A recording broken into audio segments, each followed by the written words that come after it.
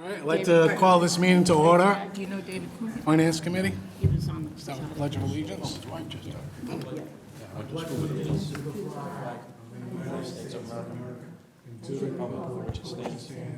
One nation, under God, indivisible, with liberty and justice for all.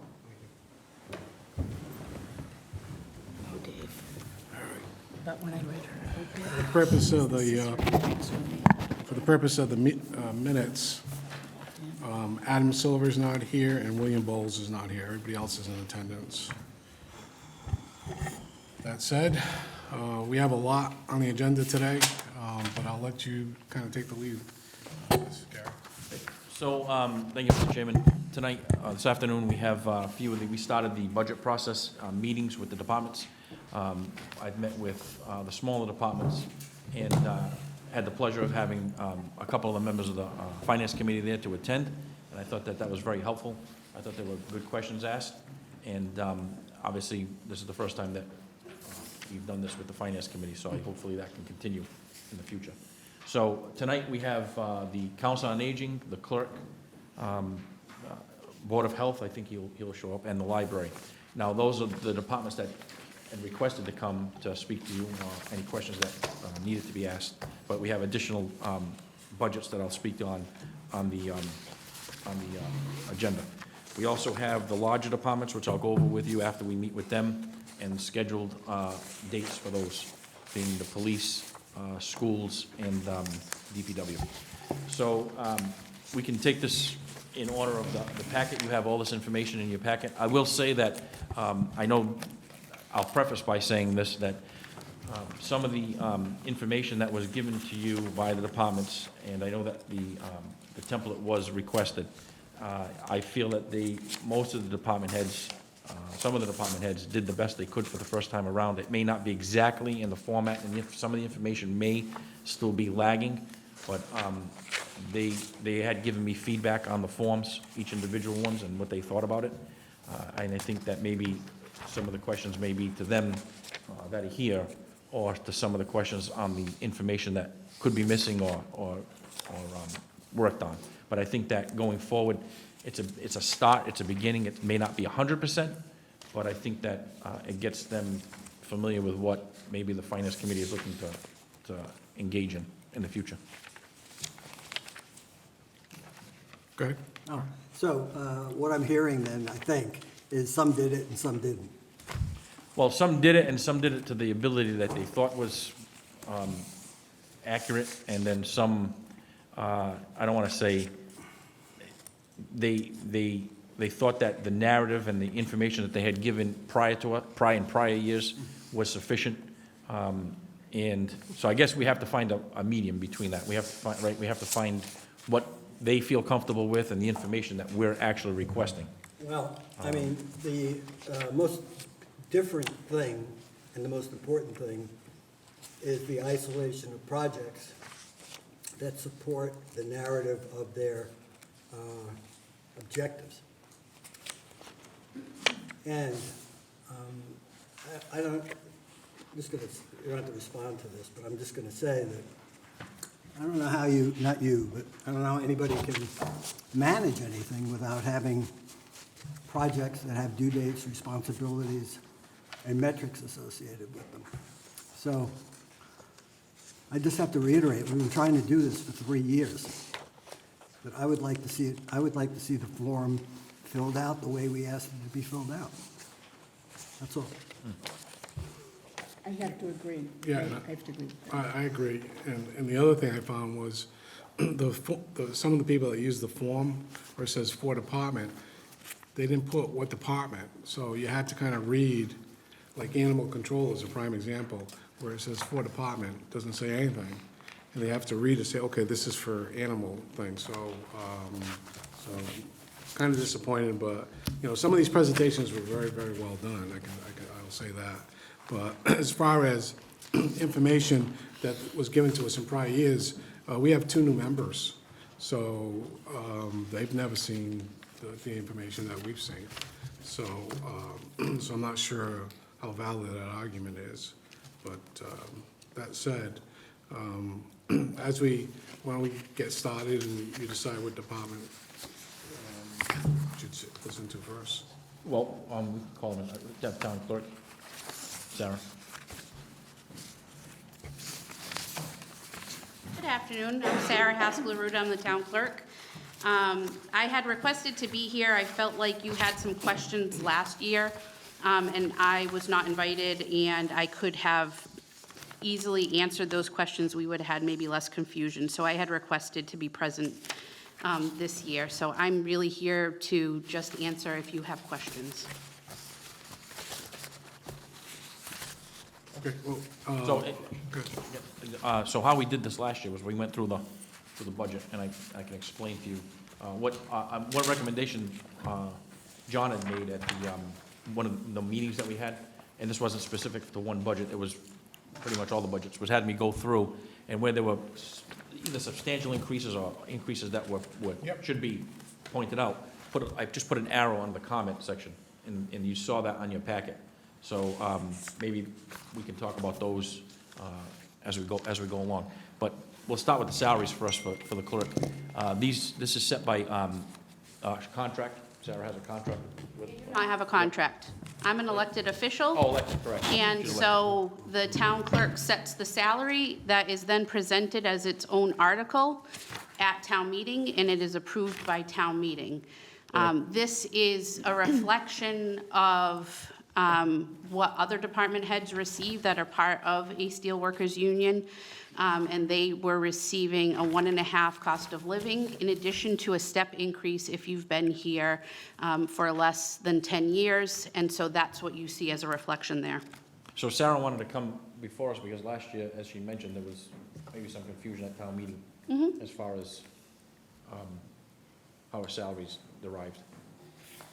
I'm looking for the FTE report, Gary. Is there, I was wondering, so it went from, So we're working with payroll right now to get that. because we I'm need a looking software at system. clerical salaries from this year, 114,000, projected 118,500, right? What, No. is there an increase in FTEs, or is that's, how many staff? is So that? I have 109, and then it's going up to 114, and it's the same full-time staff. That's based on the DTA contract that they received. So that's I'm not the sure- I'm not 3% sure I get these COLA. numbers. How many staff? Two She has full-time two staff. full-time staff. Two full-time? The town clerk, an assistant clerk, and a full-time principal clerk. Yeah, the increase in the salary line items is per their contract, DTEA. Okay, contract S, 25,020, what is, it looks like the wording is not there. What does contract S mean? Contract service. Contracted services. Services, So that entails all of the dog licensing program. You're seeing an increase there because the town clerk manages the project of the archives in the basement, which is a townwide program. That was a capital improvement. The $2,000 increase allows for that to have yearly maintenance, which includes an audit each year. They pull the items for destruction. They file boxes for all of the departments as well as update the database. And then you also see a $3,000 increase in that area because the town clerk is also taking responsibility for ensuring that the items that are pulled for destruction are also shredded. Any items that we don't pull on the destruction schedule and have shredded, we are responsible to provide those as part of public record requests. So it just adds to the requests that we have and the information we're required to provide. So it's best practice to ensure that that's updated each year and then the items are shredded. So it's never been a line item or part of the town clerk's budget, but it is a responsibility of that office, being that we are the keeper of the record. So after meeting with Mr. McGinnis and Gary, it was decided that my department would just manage it. So is that something new, or was another department performing those duties before you took them on, the shredding and? So I've been here for 3 years. I have taken responsibility for 3 years. But then when the bill comes, it wasn't budgeted for per se. It appears that when the vault was done, which was prior to my tenure, they did a capital request, but there was nothing budgeted to keep up that maintenance. So as the keeper of the records, it just fell on me. I generally would have had to turn that bill over to the select board office, and they would have figured out, I guess, how to pay it. This is more of a streamlined process, and there should be money in the budget allotted to this piece Understood, every and I year. don't disagree with that, but I'm just trying to find out where was it done before and who was paying for that? So I think it was coming out of Last the, year, for an example, it wasn't in your budget. You were performing the duty, you got a Yep. bill, where did that bill go to? I sent it to the select board office, and they must have Got taken that. out of the general So- fund, or I'm unsure. Yep, no. So but- my point is, why aren't we transferring money from another budget to over here to cover those costs? If it was being done under the select board or the administrator's budget, then there was money allocated for it last year. Are we gonna see the $3,000 to $5,000 savings in that budget? Or is that gonna be, Yeah, so to go back, I guess a little bit of history, and I think when Sarah first started, the facilities down there were they were in no particular order. I mean, it was really, really bad. and I'm not questioning, this is just a dollar number. Right, Is so that to transfer- somebody else doesn't have that line item anymore, or that task, it's being transferred Right, to what you're saying the is clerk. it's not a new cost. This has been a cost Exactly. since I began. Right, somebody's been absorbing I'm that somewhere, so. unsure. I don't know at what level the cost was prior to this. I don't know if it was minimal, the amount was minimal. This has been the ongoing cost. There just has not, it's not been allocated. I think it's been a way of trying to sort of figure it out, and this is going to be an ongoing cost, and so the best practice is to make. Money should follow the task, you know, in my opinion. That if somebody's transferring a task, the Understood. money should follow it.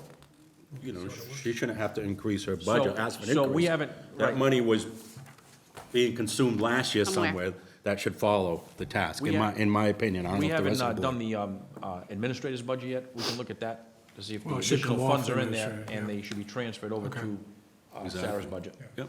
Okay. Education, who gets educated? Do your staff get any education? All of us get Okay, educated. okay.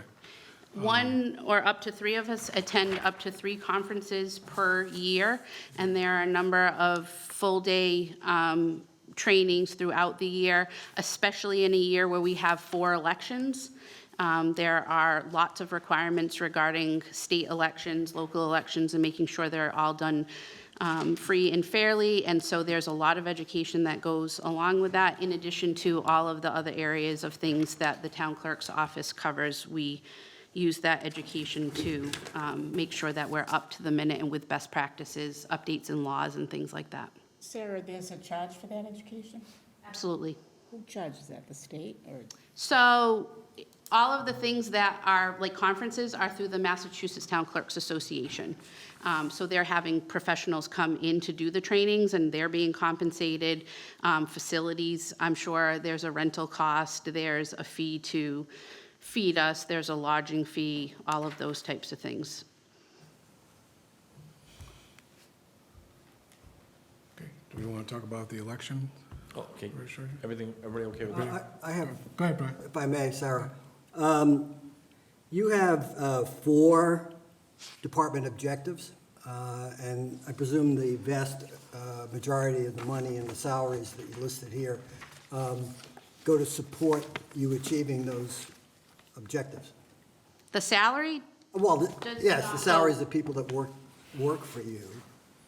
What I'm asking is, you have 4 objectives listed here. Are there Okay. any major projects under any of those that, and like, what is the largest one in terms of what is it gonna cost the town?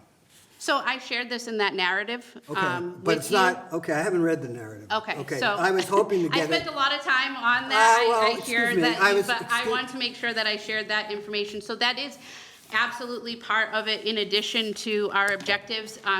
In that narrative, I share with you that this calendar year, Our major objective is the elections. We have 4 elections. The first one is March 5th, the next one is the local April 2nd, and then September and November.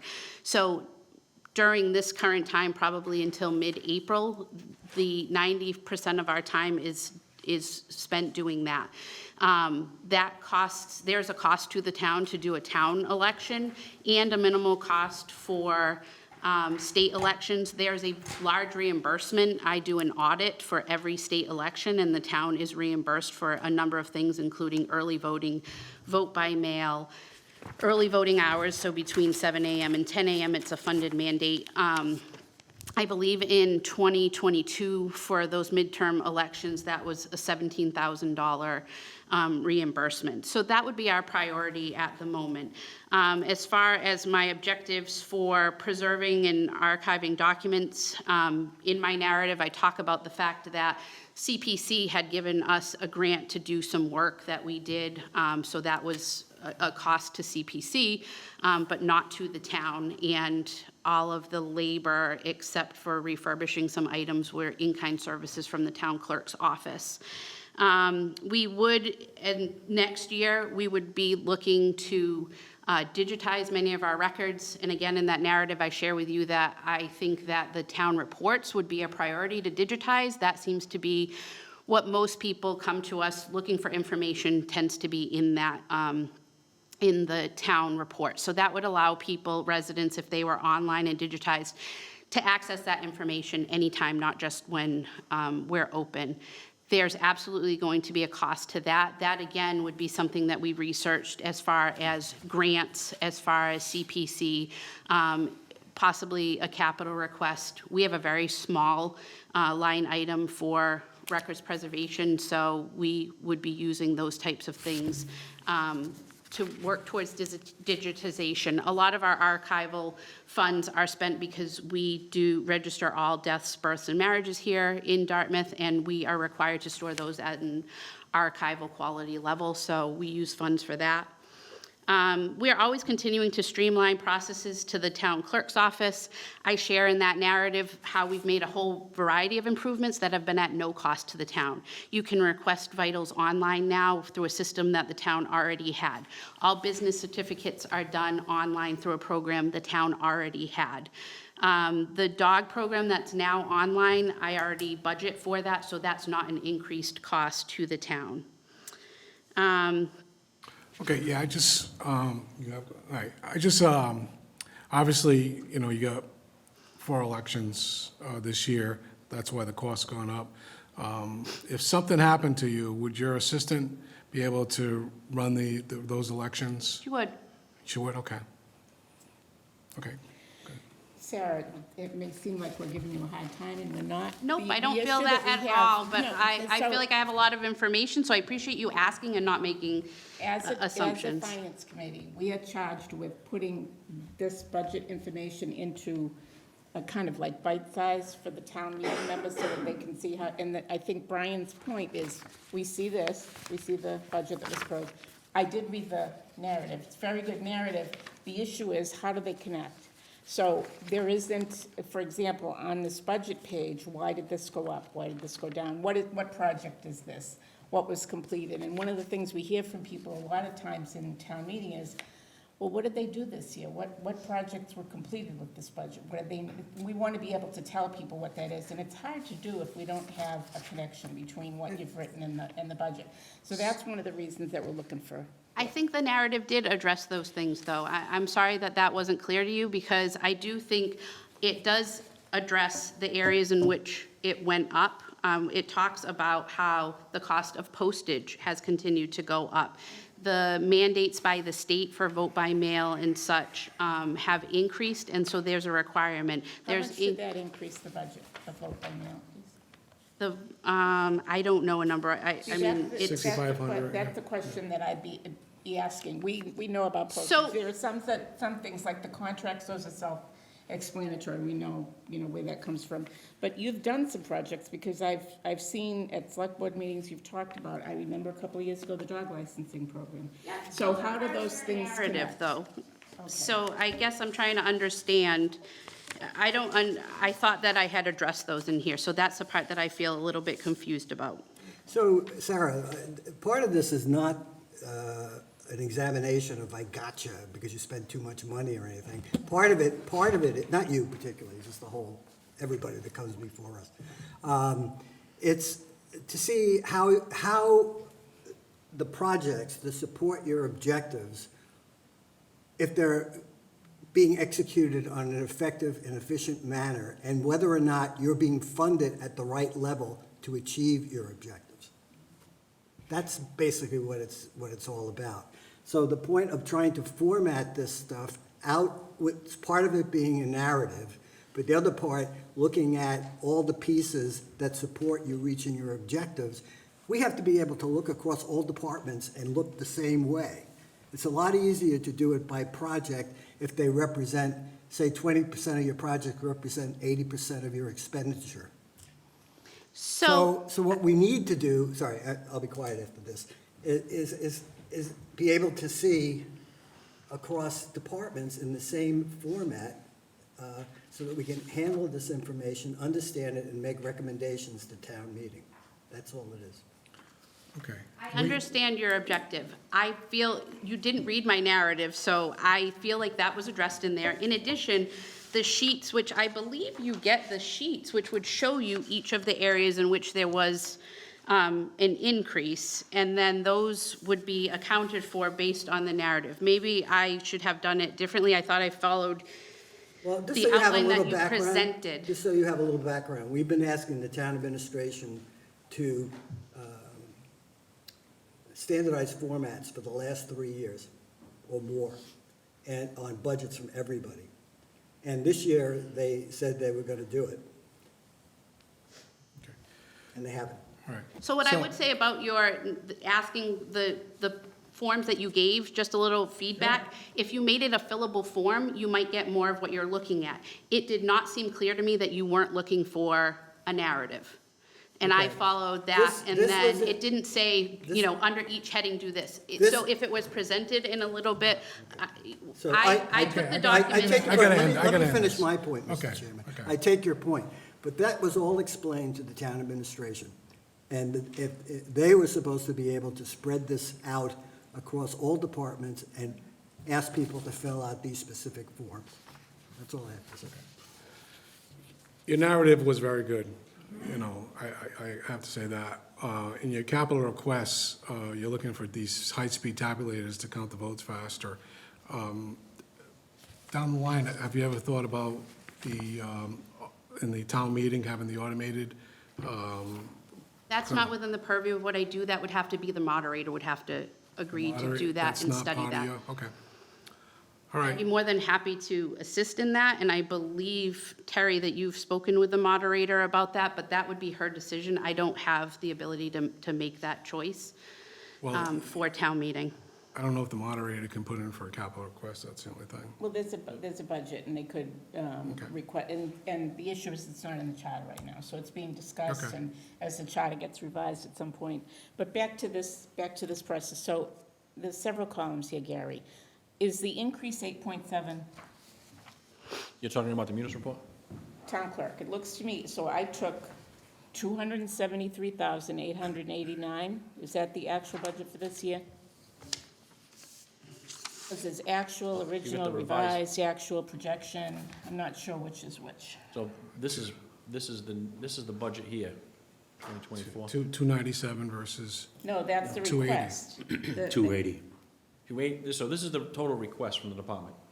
This includes everything that That I get. Sarah's looking for. But which this is the column budget are we right here. comparing it to? And if I wanted to know If you what the wanna- increase would be, This, the 280. yeah. So it's the revised budget. Right, so if you look at, so the salaries are per contract, we know that's per Yeah, contract. yeah. So anything that's down here is the request that they're asking for in and above what they feel is, like Sarah's saying, this, for postage increases or whatever the utilities, you're gonna find departments that are increasing their budget because of utilities, so on and so forth. So it's going up 6%. well, You're taking the salaries too into consideration. I'm just doing the Oh, bottom line. yes. 280 to 6.2, okay. Because I'm taking over 2 other responsibilities for an increase of the $5,000. I don't know what percentage that is, but that's different than any other budget that I have presented. So So that's not the increase necessarily for postage and printing and such. So 2020, so the 2025 budget request is 297,910, and the revised budget for last year was 284,609, right? Okay, okay. Yeah, And you'll see once, I mean, this is obviously the first budget, but you'll see when we transfer this over to the Schedule A, there are 2 other line items, 2 other positions on the Schedule A for the Finance Committee to make their recommendations. Okay. All So right.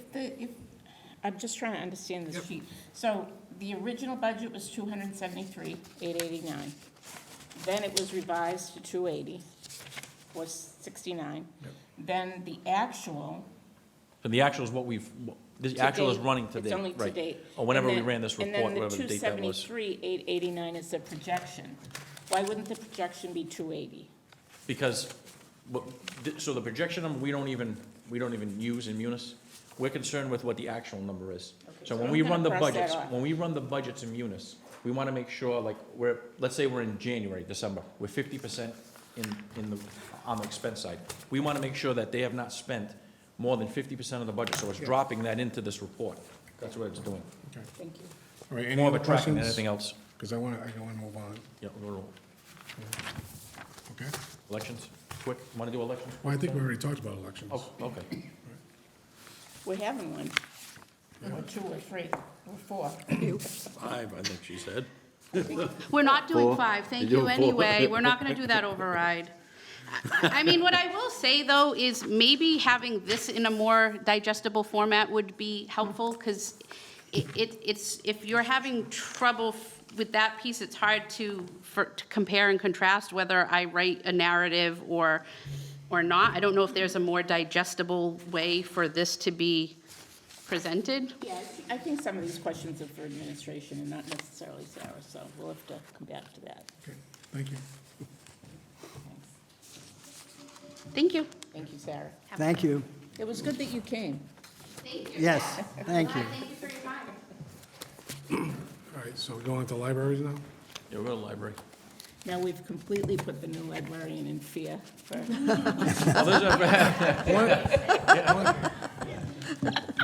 Eat all the thing- questions. One thing I've learned on doing presentations is it's always best not to go first. I actually like to go first, then you get it over with. So, Mr. Chairman, this is a request from Johnny had said in one of the meetings, and one of them had to be the library, and he thought it Yeah. would be good for have the librarian here. Yep. As she's new, so. Get to meet her. Yep. Thank you. Yeah. My name is Dina St. Pierre. I'm the new Director of Libraries, and I've only been here since May, so this is my first budget round with you all. No matter how experienced I feel I was in my previous position, this is a whole new game. Do we just want to go into So, yeah. questions, or you want me to talk a little bit about it? Just now. I mean, it's, So, go ahead, sorry. I'll just lead off. As we mentioned, the first piece of this is the salaries. Dina is part of the steelworkers contract, a steelworkers union, so her salary is there. And then if she wants to speak on the clerical piece of this, and Yes. how many positions there are. I will do that. So the professional other line, that represents 5 employees who are all members of DTEA. The clerical line represents 13 employees, and they are also all members of DTEA. I'll circle back to that one in a second. The other salaries line represents 2 employees. They're part-time pages for the libraries, so they shelve the books. They have the fun task of keeping things in order. They are not union. And then the library S, as seen on the Munis sheet, that's for library substitute, and that's someone who fills in for the library technicians when there's a sick call or multiple scheduled vacations, that sort of thing. So we have 22 employees in total, 11 full-time, 11 part-time, 17 union, 5 non-union. And then circling back to that clerical line, the 51120, you're seeing a big jump in that. Obviously, that's not just contractual obligations, but it's also that there is someone in that line, an employee who's been working above grade for about a year. That was not budgeted for FY '24. It will be a permanent change, and it is budgeted for in FY '25. So that's one piece of it. Another piece, as I was doing the projections, as I figured out, there's an employee who was hired in March of 2023, a part-time employee who doesn't appear to have been accounted for in the FY '24 budget. So that's fixed for FY '25. So I think that's why you're seeing, well, I know that's why you're seeing such a large jump in that clerical line. So the full-time equivalents, you haven't changed the full-time equivalents, but there was a mistake last year, Yes. so the budget reflects, I don't know how we can miss somebody last year. But it reflects the correction. Okay. So that's what Yes. we're supposed to know. Yeah. I understand the I upgrade. don't think Dina was involved with No, that. I know. Yeah, I know. right. But, If you remember last year, there were a couple of errors. One was the entire Mars budget wasn't supplemented when they gave it to us. Yeah, okay, So we had yeah. to do I believe, a transfer for that. okay. So I think there that were a was few errors in that budget. the previous fiscal year. And then I think some of the errors from the previous fiscal year were carried over into so there were mistakes in FY '23 that resulted in the transfer. And then some of those accounting errors, maybe we can refer to them as, were not accounted for in FY '24. Right, repairs to equipment, would you talk a little bit about that? Which line is that? The building line, the 52401 Yeah. with the big, yeah. So the expenses are level funded, but I did shift funds into the 52401 because, well, first of all, Southworth is a 55-year-old building this year. We've had quite a few issues over the past few fiscal years with the HVAC. So the company that the town works with, Air Masters, has been brought in quite a lot, even in the short time I've been here, for maintenance and trying to improve that system. There's also been... I can just interrupt with Oh, that, sure. just to brief the board, the committee, excuse me. The Southworth Library, and I was going through some issues with their water system, and it's in need of, like, immediate repair. They're down there trying to replace pipes, and this, because the system is so old, they're gonna potentially need some kind of emergency transfer to resolve this. And we have $85,000 left in the reserve fund, the Finance Committee Reserve Fund. If there's anything additional to that, we have other sources of funds. We could probably use some opera money that's out there that we can use immediately, or a line item transfer from another account. But I just wanted, we spoke about this today. It's been something that's been an issue over the last week or so, so it needs to So, be. is replacement of this system in a capital plan? No. No, it's not. The boiler was, I believe. The boiler was replaced, but the piping was not. If it's that bad, and we're doing a 10-year capital, Terry, right? 10-year capital plan, why wouldn't a replacement of the HVAC system be into the capital plan? The piping should have been probably years ago, not just now. I mean, it's pretty much waited until it's beyond repair. That's what's happened. So, something like that probably should have been incorporated in the capital plan for the town 5, 6, 7 years ago because of the aging facility. Well, why don't we put it in now? We could put it in now. The issue right now, with the immediate problem is there's Well, it's a issue with- repair, right? Yeah. This is a Yeah, repair. They could include it in, they could include the complete repair of the system, not knowing much about plumbing, but the complete Okay. repair of the system in the capital request going Okay, forward. and- But right now, we need to kind of like patch the system in order just to get by. And why wouldn't we use ARPA funds before we hit the reserve fund? We could use, there's a segment of opera funds that you could use. We don't need county approval. It's sitting in an account. Okay. We could use that as a source. I'm waiting for Sean to come back to ask him that question, because they're actually doing work down there as we speak Okay. to get that repaired. Janine, do you have a question? I do, it's about building maintenance, not necessarily the plumbing Okay, issue. okay. There's been talk on and off in the trustee meetings about the asbestos. How has that been resolved at this point?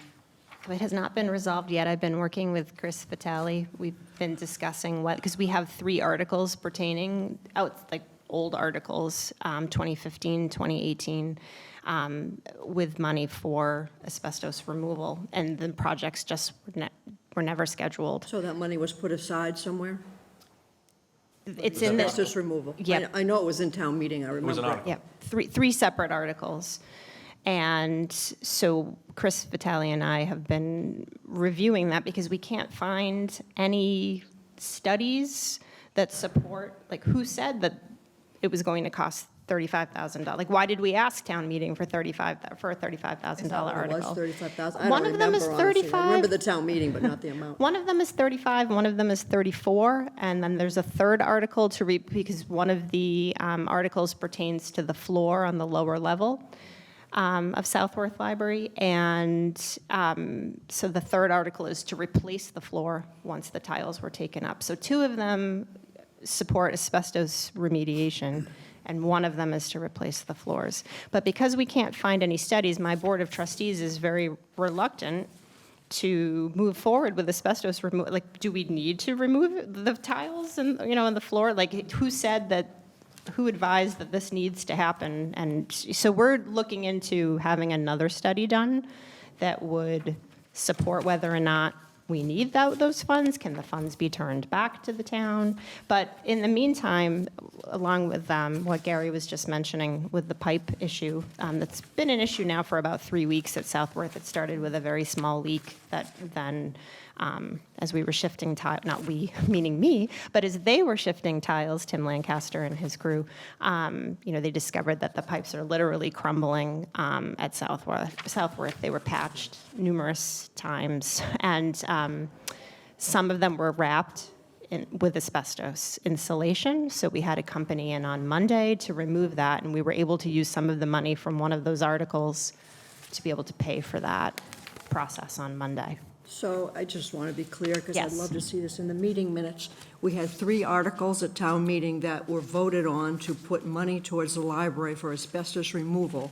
Nothing was done, and we have no record of it? Is that the summary, short summary? Yes. Well, Interesting. lucky for us, you even covered this, so now we know. I mean, I'm glad you get to And use some of we're- that money, but right, this is, that- this is a sad thing. I agree with you, and I've been questioning these articles and discussing them with my board since meeting 1. I have to just speak up here. Do you, not you, this is rhetorically Sure. speaking. If somebody had isolated this as a project, and we carried it over from one year to the next, looking for who was responsible and what the due dates were, I would submit that we wouldn't be having this conversation. And so this is one of the reasons why I would like to see some sort, I'm not preaching you, I would like to see some sort of standardization of the whole budget format. Well, it was 3 town meeting articles that were voted on. That's my point. Nothing happened, and nobody and it knew nothing was went off happening. into the air It's like because there was vapor. there was nothing written down in terms of how to That's manage a project. very scary. This once proves the again, not point. you. Not, got nothing to do with you. Thank you. You just inherited. Okay. Every year, we talk about the custodial situation. I notice there's like an $11,000 drop in the custodial. So remind me again, because don't we, So now we share, so the facilities that were set up last year, right, if you recall, that those services are now shared between both pretty much all the buildings. right. And that was moved to the facilities, they created a facilities line item under, I think, Tim Lancaster's department. Which- Parks and Rec. Correct. Yeah. But the custodial, as it's labeled in Munis, is for the cleaning service that comes into the libraries after hours and comes into other town departments as well. into the There's a town new hall, too. contract this year. FY '24 is the first year of a 3-year contract with a different vendor. And so the contract dropped from 46,000 to 37. So that's for cleaning services, not for like a custodial position at the libraries. Are you getting the same quality of service from? I think this new, I had very little experience, only about 2 months with the prior cleaning company, but I feel like this one is doing a remarkable job compared to what I saw in 2 months from the prior company. So this new company hopefully keeps going that way. I mean, they're doing a really good job from what I'm seeing, in our buildings. Good job. I'd like to see more departments do that, to look at ways of saving money. Typically Well, we hear. that- I can't take any credit for We'll go to that. a new That's vendor Tim. and the costs have gone up. You've gone to a new vendor and costs have gone down. Well- Good for you folks for doing that. That's Thank you. all Tim Lancaster. He did it for townwide, did the budget request. when I see him. So I will, and I'll let him know too. I'll let them know. He's great. Yeah, I think you did a great job on your department mission statement, key objectives. You list your retiree, there's no retirees in your narrative. And I like the charts that you put together. On a side note, I went and got a library card a couple of months ago, and I thought they were very professional. They got me on the website and all this other stuff, so that was good. Awesome. I will say that this has been a challenging 9 months since I've been here because of all of the facilities issues. I've never managed 2 buildings before either, but I'm so fortunate, and I'll say this to anyone who will listen, we have a great staff between the 2 libraries, and I think the fact that I didn't inherit a terrible staff is what is keeping me here, because they are great, and I hear wonderful things about them from people who use the libraries. And as a former Southworth patron before being the director of Southworth, I knew that before coming in as well, that there was a good team of people here. I'm a frequent borrower at the library, and I think they do a really good job. They do, yeah. Yeah, terrific. In the packet also, they included their, Yeah, I saw that, yeah. their year review, which is kind of important. And I want to point out, because we will be remarketing ourselves or rebranding ourselves, maybe so to speak, with our strategic plan that we're working on. But I really think it's so important, and I don't know why people haven't been screaming this from the rooftops for years. It's one of the reasons why I applied for my position. Dartmouth Public Libraries is at the top of the sales library network. That is something that our community should be extremely proud of, that out of all 70-something sales member libraries, we are consistently the highest circulating libraries in the network. That's awesome. I mean, it's just showing what a community of readers, and not just readers, I mean, these people who are borrowing movies, people who are reading, magazines. It's not just someone picking up a book. We're circulating well over 200,000 items a year. When you hear people say, oh, no one reads a book or no one uses the library, well, someone in Dartmouth is using their libraries because it's putting us at the top. And I really want to spin off that and sort of use it as a springboard for, getting us out into the community even more, because there is so much more we could be doing, and sort of looking at our marketing strategies will help figure out what, who aren't we reaching? I mean, I know for sure we're not reaching young adults in the town. We don't have a position that's dedicated to teens, a young adult librarian. We have very small young adult collections. We have a beautiful room at North Branch, but it needs some life in it. So, that's something we'll be talking about as a result of the strategic plan, and how do we hit our, all the demographics in town. Go ahead, Janine. While you're talking about that, you also process a lot of passports. Correct. So the question that I have, of course, is, that's a lot of money that you take in for passports, but it seems to go to the town, not to the library budget.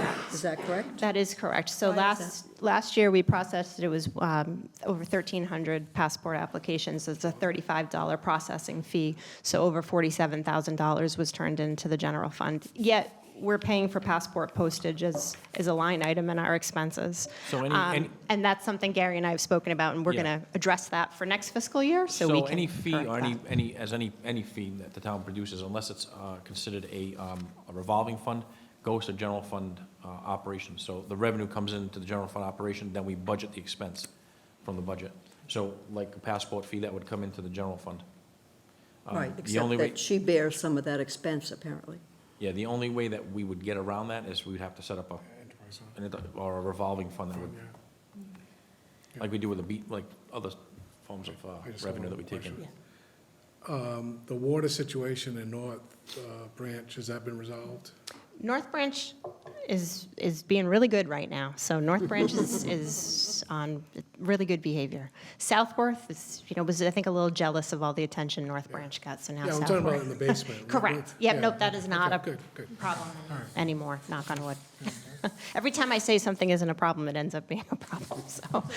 I just want to put on the record that I think since you've come in, that the outreach to the community and letting people know what's out there has been excellent. It's definitely different, and it's nice to see that. At the North Branch, it's nice that there are meeting rooms. I myself used one, a couple of weeks ago, which I didn't know about, that are available to any residents who, want to have a small meeting. You can use one of those rooms for an hour. That's a nice feature. People have asked me a question about the community room, when they rent, if they rent after hours, there's a fee for the custodian. And I wondered if there was any, for small groups that don't have a budget, is there a scholarship fund that they can access, or is there any way to subsidize that cost? There are a couple of groups that I know about that are very small membership, and they don't have a budget to pay for custodian. Are they nonprofit groups?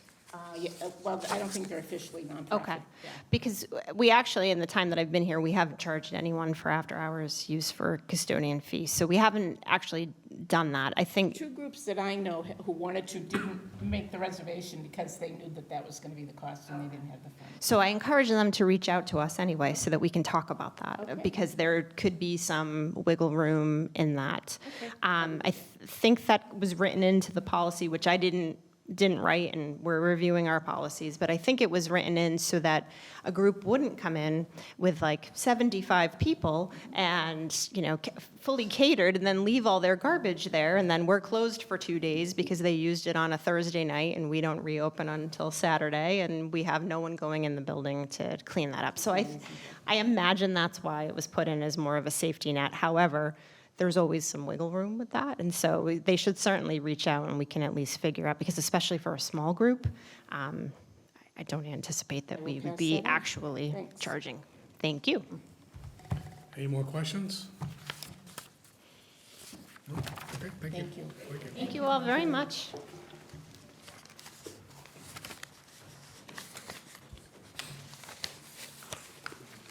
Council on Aging?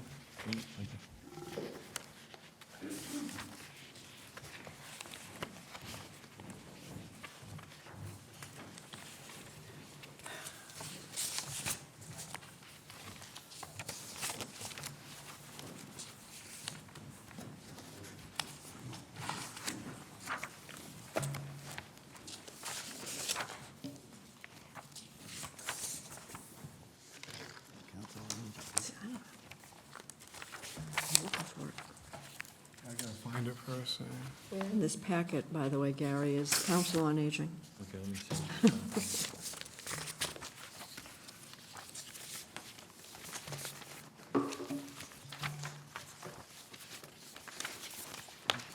Planning Board, I mean, you name it, I got everybody, but I swear to God.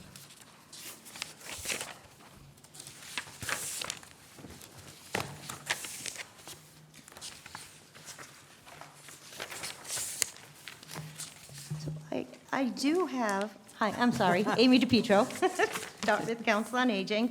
I do have some paper copies if you need something in front of you. Going back to, the prior discussions, I feel like I did give you all the information. I'm just not sure it was in the proper format that you're looking for. So I'm more than happy to answer all of your questions. But if you would like a copy of what I've submitted, I have some copies here. It's just that Gary hid it in this giant I don't pile see of it. pages, and he swears it was here, and I can't find it. Because truly, I would have read it, Paper copies? Yeah, because I read all these. put it up on the screen here. Yeah, they may not have the I can share with her. Yeah, thank you so much. The library. We can share. Okay. Yes, I noticed that. Okay, so we can't put it up on here.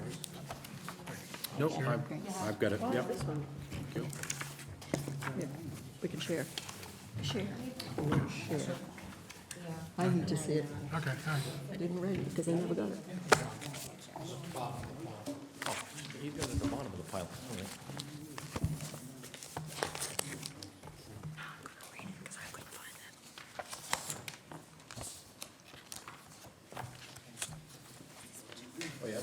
Should be, yeah, it's at the bottom, the last section of your. It's the last section? section. Okay, let's try again. Okay. It's not a PDF. Just want to be working off the information I have is the information that you have. Yeah, I'm No, gonna I be able know, to put it that's up on what I the said screen. to him, it wasn't in the PDF. Yeah.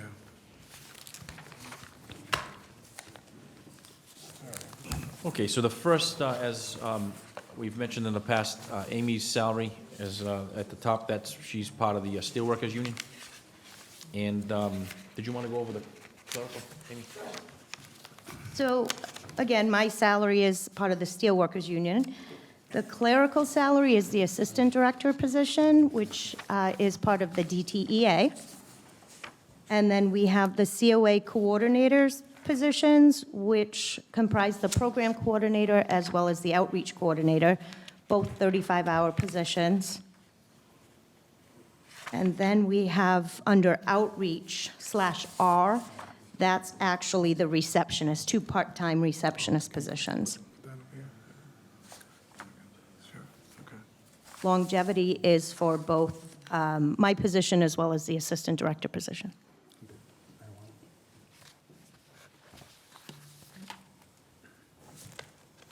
So Amy's level funded her expenses there. Office supplies is going up just a little bit. We tried to level fund. We did increase the office supply because we have included the veterans agent, works out of our building. And if you'll note in our summary and narrative, we have increased our services and programs, most by at least 25%. So a lot of our volunteer programs, which is the SHINE program, has doubled, as well as tax preparation. So we're using a lot more paper and office supplies. But there's no reimbursement for the tax, that's a service. No. AARP provides that.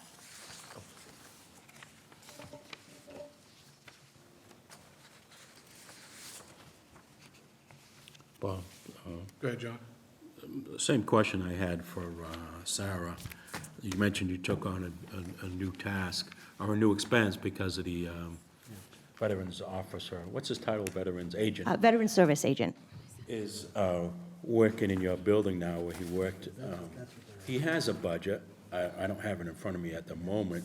Right. So I would imagine there's a line item for expenses. So again, why didn't the expense Follow come his. forward to you if you're absorbing that expense because you got, So I wouldn't say More- more it's just paper. his, right, it's not just I his know it's peanuts, but position. it's a trend. I don't think know needs what to be his budget corrected, was. that Right. if things are getting moved around, that you're taking something on and it's increasing your budget, the money should come with it. Correct, He has a budget, correct. so I don't know if there's any way, Yeah. again, to correct that, or, In this instance, I don't know if Amy can probably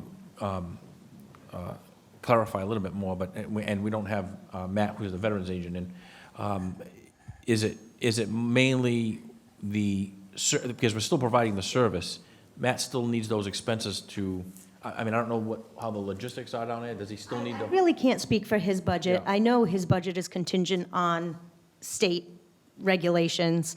I don't know that he even had a supply budget, an office supply budget. You would assume, even if it was a few yeah, hundred I don't know dollars. that for a fact, too, Right. but you had an increase because, Correct, but we've also, I would say the larger increase are coming from our volunteer programs. So there would have been no transfer of budget. Like, so our SHINE representatives, you'll note that we doubled the amount of people we saw this year, and every SHINE application that gets submitted to Mass Health has to be faxed. So it's, it's. that's not what we were told 5 minutes ago. You said the increase of the budget was because of, No, it's veteran, because we've incorporated the veterans right, and agent that as well meant as other more programs. paper or whatever. Now you're Correct. saying there are other things that caused you an increase in paper or whatever. Right, I tried to be very clear that it's Mm-hmm. not just the veterans agent. We have increased all of our services. Misunderstood what you were Yeah, saying. I thought no. the increase was just No. from the No, not just from his transfer. As a matter of fact, having him in the building allows more cohesive services, because a lot of the services he Oh, I provide, agree. he may be I agree referring them 100%. That's the to right our home outreach phone. coordinator. So really, it's probably, if there were, funds moving around, it's balancing itself out. Yeah. I just have a question for how you're using this term, because you use it a lot. Unduplicated. Unduplicated.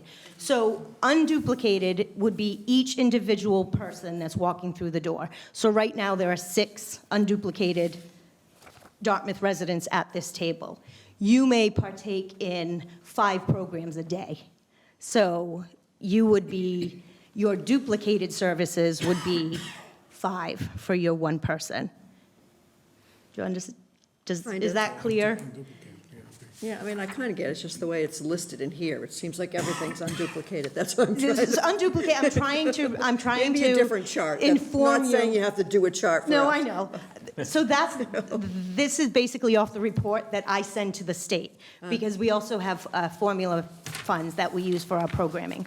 And they ask for duplicated and unduplicated, which is why that's in front of you.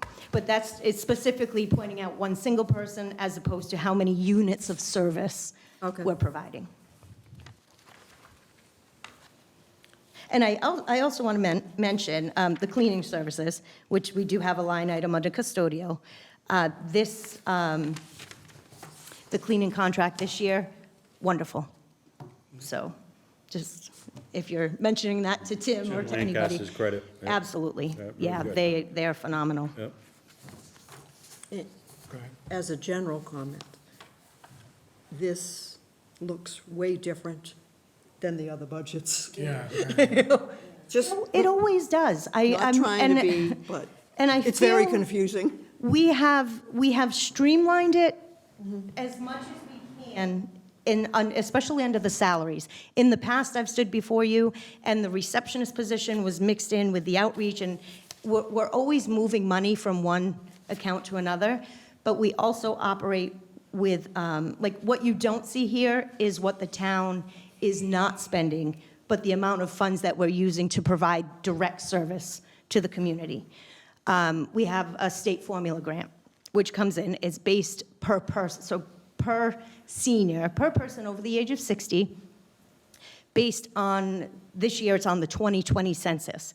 So that's where I would get that, the 10,466 seniors in our community, which is approximately 31 to 32% of the population is over the age of 60. The Council on Aging receives $14 per senior in a state formula grant. We are fortunate to use that funding. We have 5 part-time drivers, which we provide transportation to medical appointments, any necessary appointment. So that's actually, it's a necessity, but we're able to outsource our funding for that. Then we use the other funds strictly for programming, and we're able to get qualified instructors for our programming and offer them to the community at low or no cost. Now, that to me is incredibly important information. It may not be So budget stuff for us to it approve, but is- it shows your value. Oh, of course. So in the past, we've kind of we're just moving money around.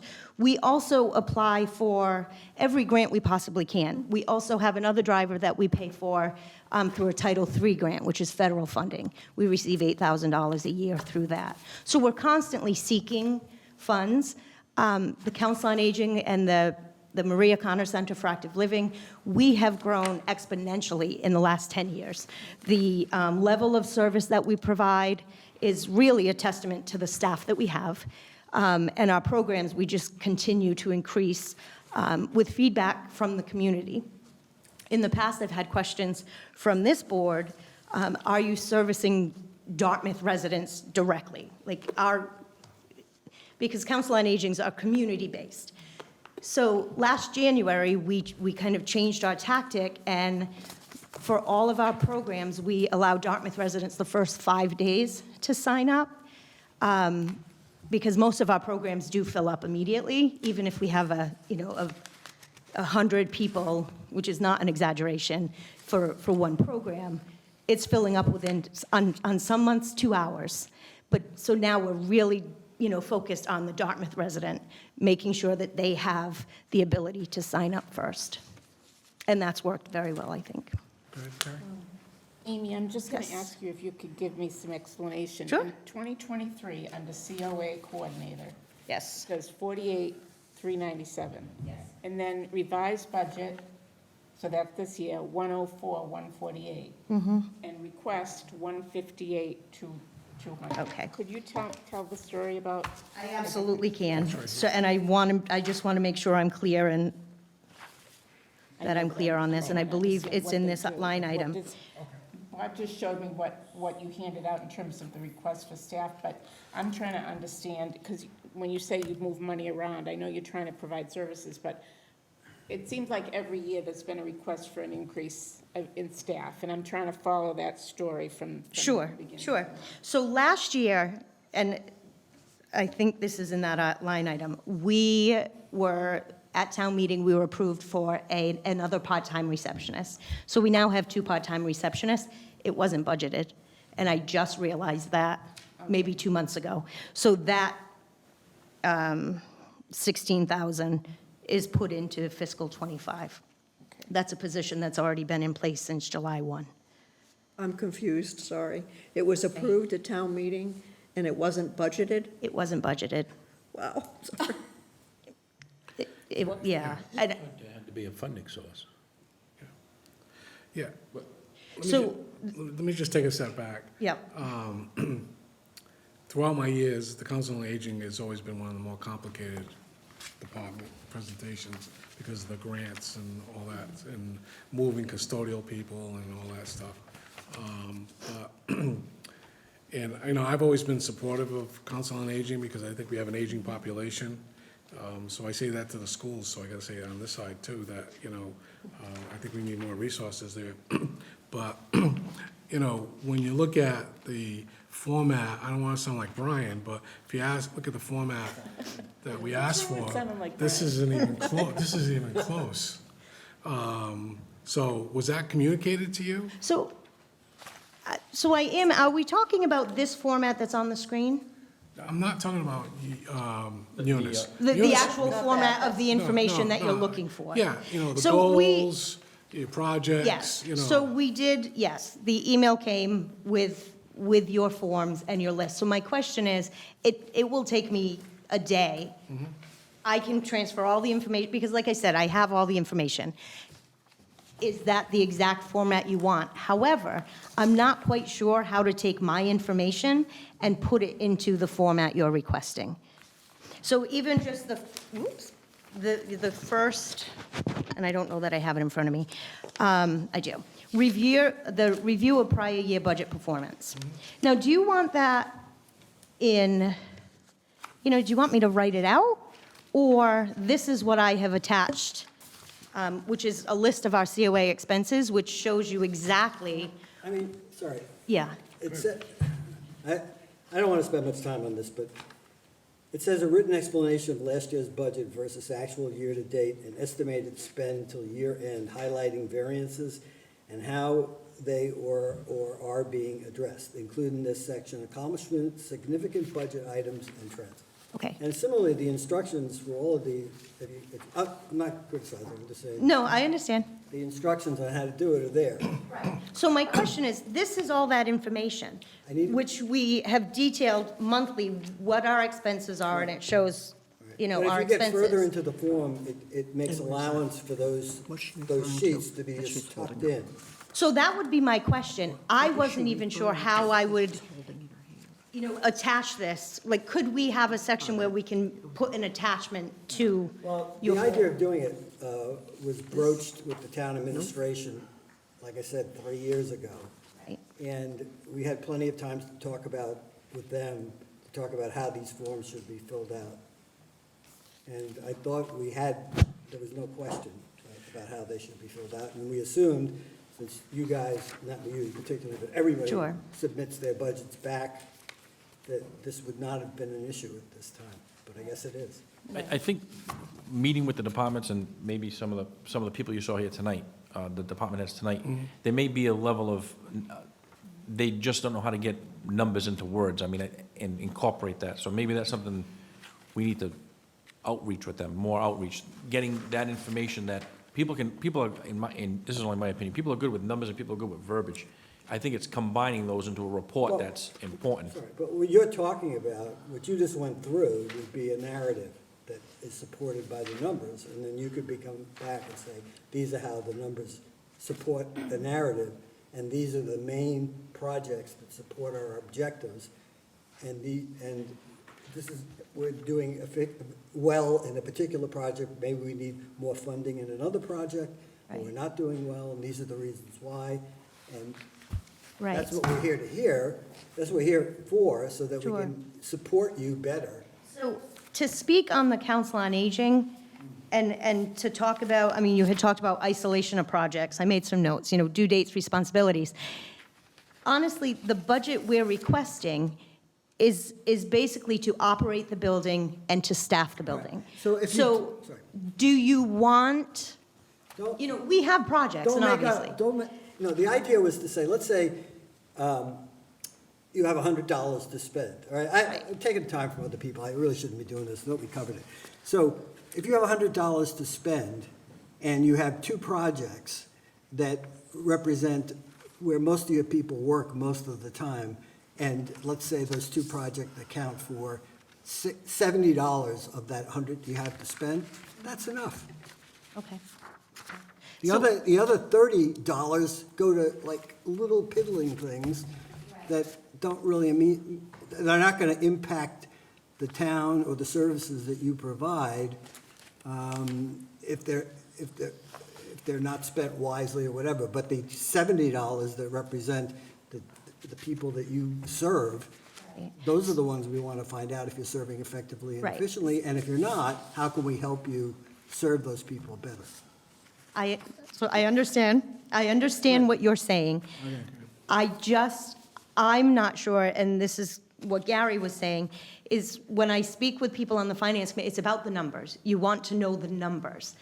I know that when I start talking, my verbiage is, I'm giving you more of the emotional impact that we have on the community.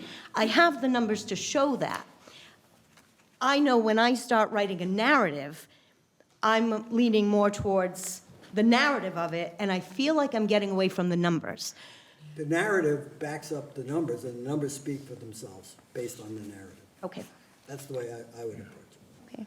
So, bottom line, Bottom line, narratively speaking.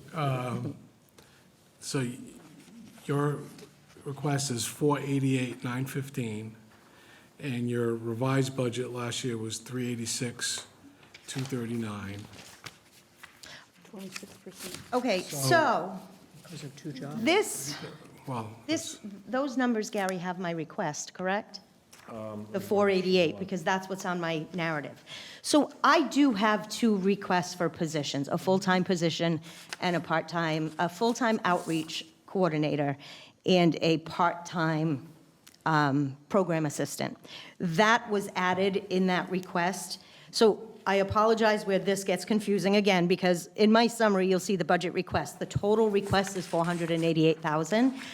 I wasn't coming here to speak on that today because I have not had a chance to talk with Mr. McGinnis. And that was adding two positions. so it's a $100,000 increase. Yes. 70,000 is those two people. Yeah, and That I not- think you did include the, I did include both requests. no, I'm talking about the description activity. And I included the job descriptions, and I do feel that the level of service and programs we're providing substantiate the new positions. I just wasn't sure if they were in this request. Greg?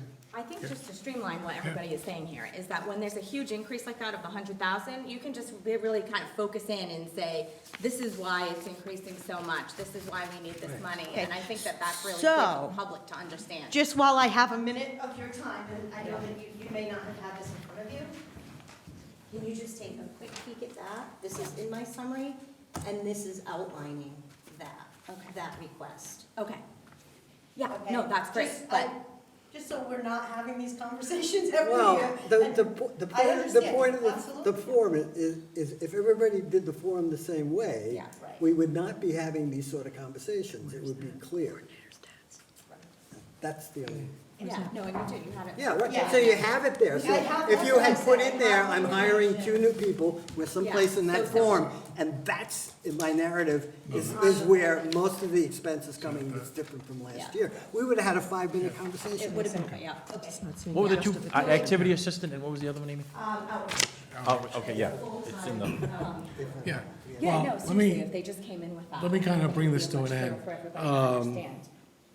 Less is more. We don't need you to really argue the point. We all love the, like, we love the, you know, the service that you provide. The Council on Aging is great. Sure. So we don't Our need you to, numbers like- stand for themselves. I Yeah. just want to, I want the clearest way to present those numbers Yeah, to no, you. that's perfect. And we don't want to be an impediment to what you do. We want to help you be successful. Of course. Yeah, yeah. course. No, that's perfect.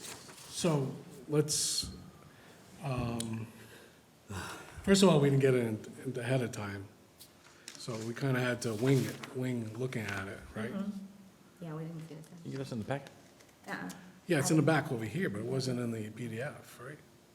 Was it in the PDF? I don't think it was. Good, thank you, because I thought I was going crazy. I said that to Gary earlier. Well, one, as I spoke to you before the meeting, I thought there was just too much on the agenda for today. And I had trouble getting through all of it.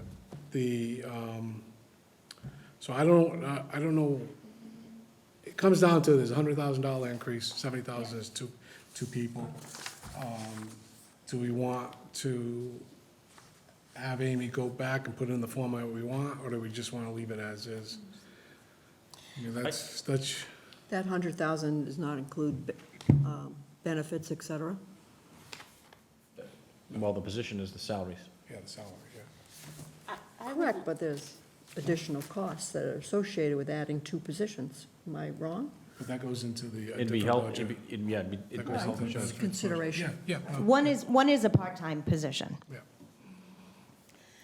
I would like, just my vote myself would be to, I would like it to be put, but more than that, I would like to understand the relationship between the number of staff that get requested an increase. Is this something for the future that we just have to expect every year, or every 2 years, you're gonna be asking for another So- half-time or full-time person?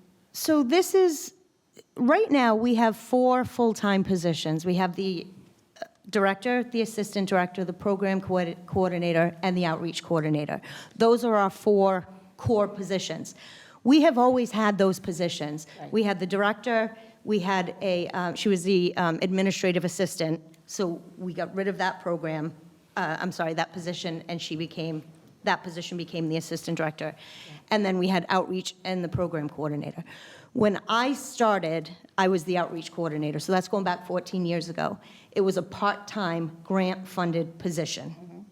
The program coordinator, again, going back 10, 15 years, was a grant-funded position.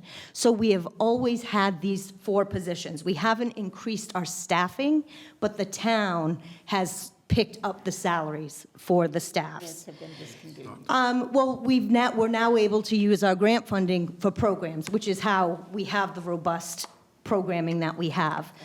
We still don't have drivers that the town is, so it does appear that every year I'm asking for something, Right. but it has yet to be for an additional staff member. It's for, So that's what would be great to have explained. And because, like the schools, we see this too, that there's grant funding that's taking care of some things that the program does that we don't even see. So it does get confusing for me, and maybe not for other people, but for me it does. So it would be helpful to know the progression, and we're only seeing, we had asked for 3 previous budget years, we're only seeing 2023. So it'd be good to see 2022, just to see what the progression is. And then the FTEs, and it's probably hard for you to capture the FTEs if some were granted funded and some local, but I think we're looking for the whole picture. So it was helpful for you to go back and say that, because I do remember there was grant funding that was there, and then it was discontinued for some reason for one of the positions. one of our private grants, which was really in total over $100,000 when we had the social day as well, that went away. I have applied with that they are offering new grant possibilities. So I did just write a grant last week for the amount of $25,000. They're looking to partner again. But again, it's not something, because we've lost the money in the past, I don't want to rely on it. I do think that the older population in Dartmouth does deserve to have stability as far as the services that we can provide. And when it's grant funded, you just never know. We're appreciative of really everything that's offered to us. We're able And I to, think we're appreciative of what you of do. course, It's and not about that at all. of course. And the other two questions I have is capital.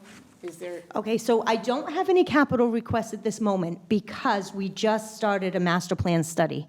So Brewster Thornton was in last week. They did a walkthrough. So we're going to be looking at a 10-year plan. and speaking of other funding, obviously Friends of the Council. So we have, provide- so again, I apologize, it's in my summary. It's okay, but it would be good for us to know what amount of money that contributes towards your operations, you know. Sure, it varies from year to year. Yeah, well, But we are so fortunate to have them. And just to give you a quick, clarification, it's here, private and grant funding. This year, we received $137,000. That's from the formula grant. That subsidized the 5 drivers. A Title III grant for $8,000. We've also, You don't have to tell us right now. yeah, Amy, it's not just to 2 interrupt, more. but that's the kind of It's, information we that had would be applied for a SIG grant, which is a service incentive grant, which we're actually using to pay for that master study. So, yeah, there's funding available. Okay, but that would be good information for us to have. And the only other thing is what's happening with Social Day. So as of right now, we do not have plans to bring the social day back. We've expanded our programs, and to be honest, we don't have the space for it because we've expanded programs into that space. We have been very cognizant about the need for programs for people of a certain age or level. What we have seen an increase, because we've encouraged this in the community, is if you are at home and you have a caregiver or you have in-home support, you can come to the center with that aid. And we'll provide the transportation, which our transportation is free, it's a donation policy. And so as of this moment, we have about 6 or 7, I'm gonna call them couples, they're not couples, but people that actually come in with their caregiver, and they can take part in all of our program. That's great. So we're able to focus on the community as a whole. I don't want to diminish the fact that there is a need for a social day. Excuse me. But we're really trying to meet the needs of everybody. I also just quickly want to mention that, as you all know, the senior population, the older adult, is, we're still growing. So, we're at 10,000 between the ages of 60 and over, but we have another 2,700 people that are between the ages of 55 and 60. Our outreach, along with a program that we've started with the town, with other departments, have been able to assist the family, the community structure. So we are seeing a lot of 55-year-olds who are needing assistance. Just a quick note, last January, we had done a point-in-time count, which is, with the homeless continuum, and we had 7 unhoused people in Dartmouth that we found. We go out into the community along with other agencies, and we kind of keep track of them. This January, we had 25, and 25% of those people are seniors over the age of 75. So, within the town, there has not been a department, a community service department. So we have been working very close with the Board of Health, the police department, the fire departments, and unfortunately, we can't solve the problems, but we're able to connect people to the services and really just keep on keeping on, and hoping that eventually this housing crisis will come to an end and we'll be able to help some people. And that's did good you- work. It doesn't get enough PR. Did you I'm say sorry. that 10,000 were over a certain age? What was that? I did. 10,343 are over the age of 60. Over the age of 60. 60. 60 in Dartmouth, with another 2,700 55 to The 60. 10,000 are Dartmouth residents? Dartmouth residents. So that's based on the town census. The town's only about 30,000 people, so. 33,000. So a third of the town is Yep. over 60. Yep, 31 to 32% is, is that senior population. So where do we want to leave it on this? Do we want, You want to, Amy, put it in the format, my suggestion, I don't want to be crazy about this. I mean, we already know that there's two positions. I mean, it's fine. okay. Okay.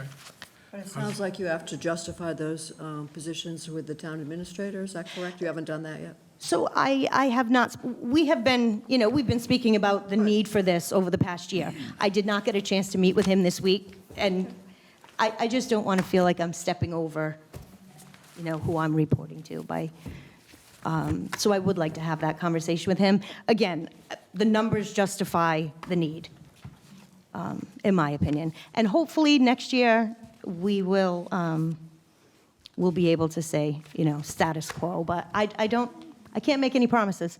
The population is aging, and we're increasing our programs. So it's all based on what level of service the town wants to provide. Okay. Thank you. Thank you. Yeah.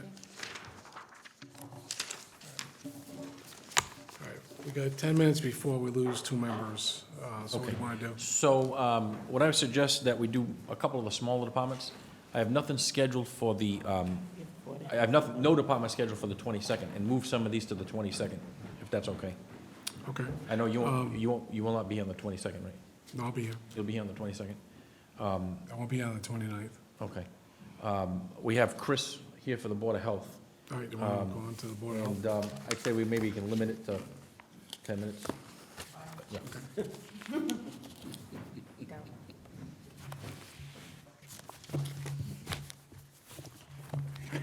Thank you. Christopher Michaud, Director of Public Health for the Record for Health and Animal Control. I'll initially start out by saying, sorry, I probably did it wrong, too.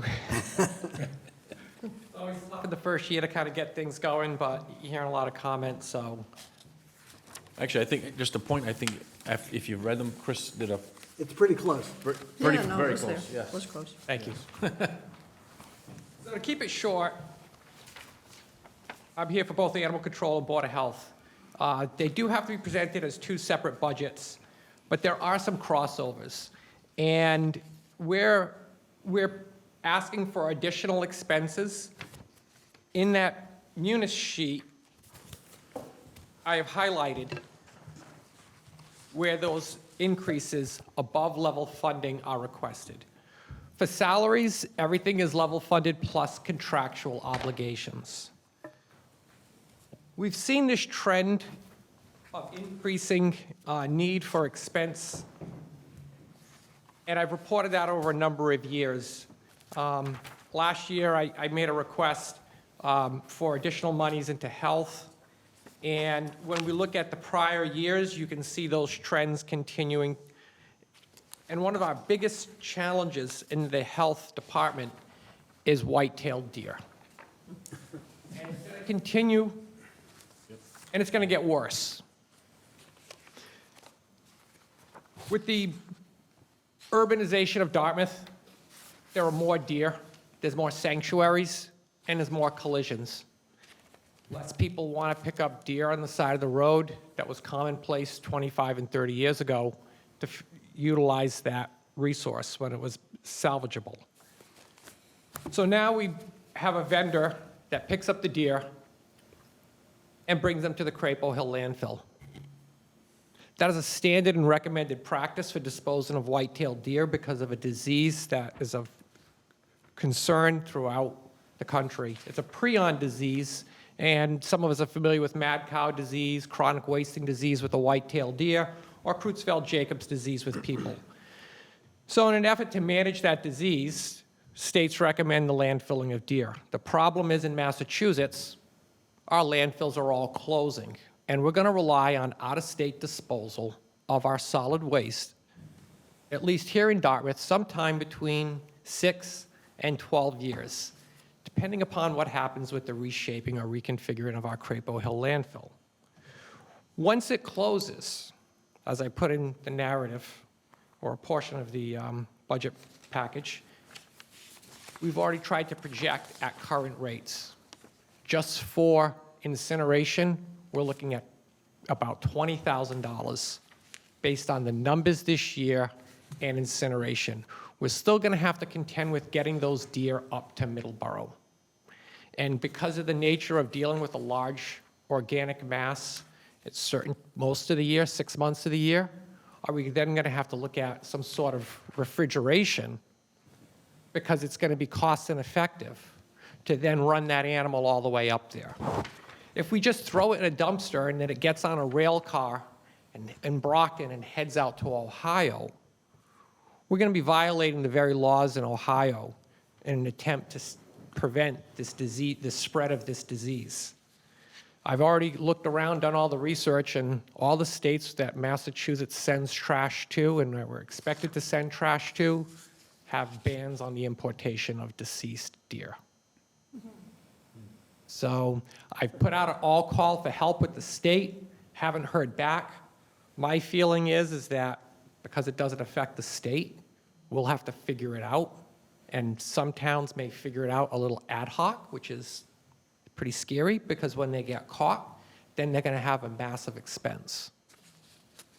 So that's why we have 2 requests for increases with health, is that we have to continue to grapple with the health hazard account, which also includes some of our responses to rabies, because the rabies epidemic continues to oscillate.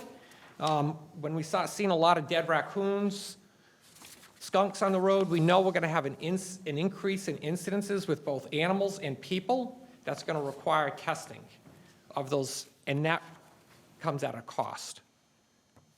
And then water sampling.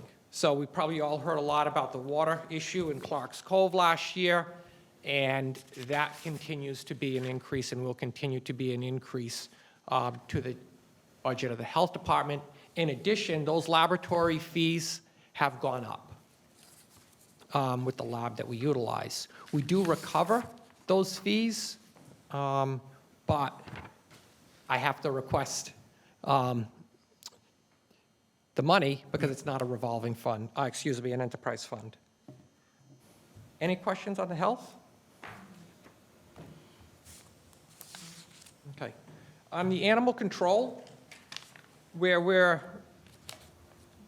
presenting the budget level funded with contractual obligations for salaries. And the only 2 increases that we're requesting, in last year when we presented, we noted that we would be requesting an increase in expenses for FY25. They're on gasoline and the shelter. So animal control in the largest town in Bristol County may go from Misham Point to Quanapog Road, and then bounce around the north end back to the south end. So with the increase in gas and looking at prior years, I felt it necessary to increase it by $500. And also on the sheltering fees have gone up. We also will utilize the shelter for a few other services, and we are just squeaking by. I can make it through this year. I did some projections as to where we should be at because we knew we had a bill that had not been submitted to us. It has now been submitted, and we're going to narrowly escape this year. And there's just no way in which that can, short of just telling the public, yeah, there's a loose dog, fine. We can't, because we're all spent out on the shelter. We always do everything imaginable to try to recover fees and prevent sheltering. Sandra Goslin, our longtime animal control officer, has a memory like a file cabinet, and it's amazing how sometimes people will try to pawn off their responsibilities on us, and because of her long-term institutional knowledge, she's able to get people to pay up.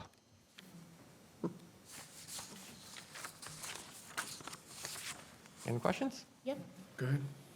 assessing. So it says this in attached report, but I don't see an attached report about 249 Rogers Street. Okay, so that's actually the vision card, probably at the back of the Board of Health budget package. And what that shows, I can just tell you in summary, is it shows what the property sold. So let me just kind of back up real quick, 1 minute.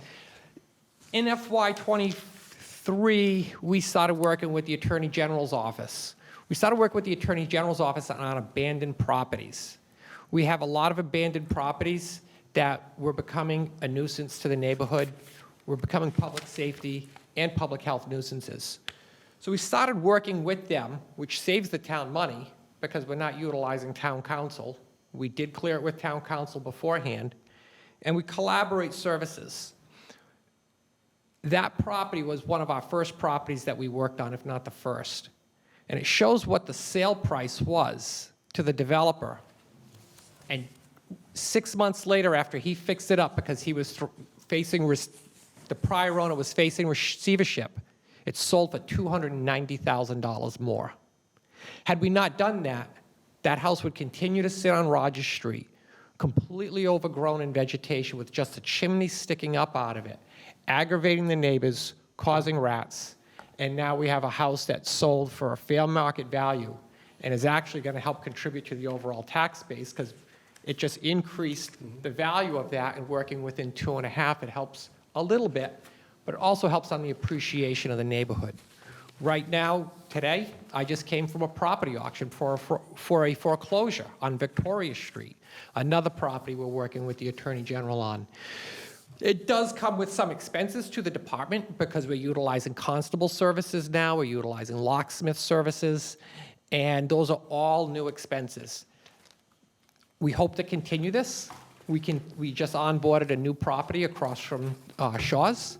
I think the neighbors are appreciative, and we're not doing this to try to rule with an iron fist and crush people if people are willing to work with us.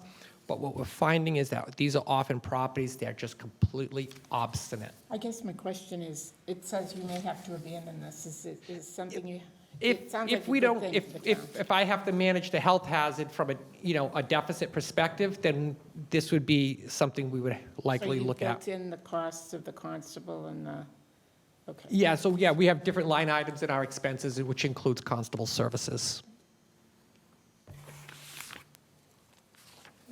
Anybody else got questions? Okay, not yet, not getting away yet, this is not easy. You have to leave? 5 minutes, yeah. Okay. The nitrogen situation. Where do we stand on that? Question. Mass DEP has historically said, when they say a year, it takes 3, 4, 5, 6, 7 years. So last year, when the regulations passed in May, June, they said, we're going to work with the local communities, and in a couple of years, we're going to come back. So when they come back, what they're going to look to do is change those regs from one aspect. They're just going to shift the geographic focus of those regs to include all of Buzzards Bay.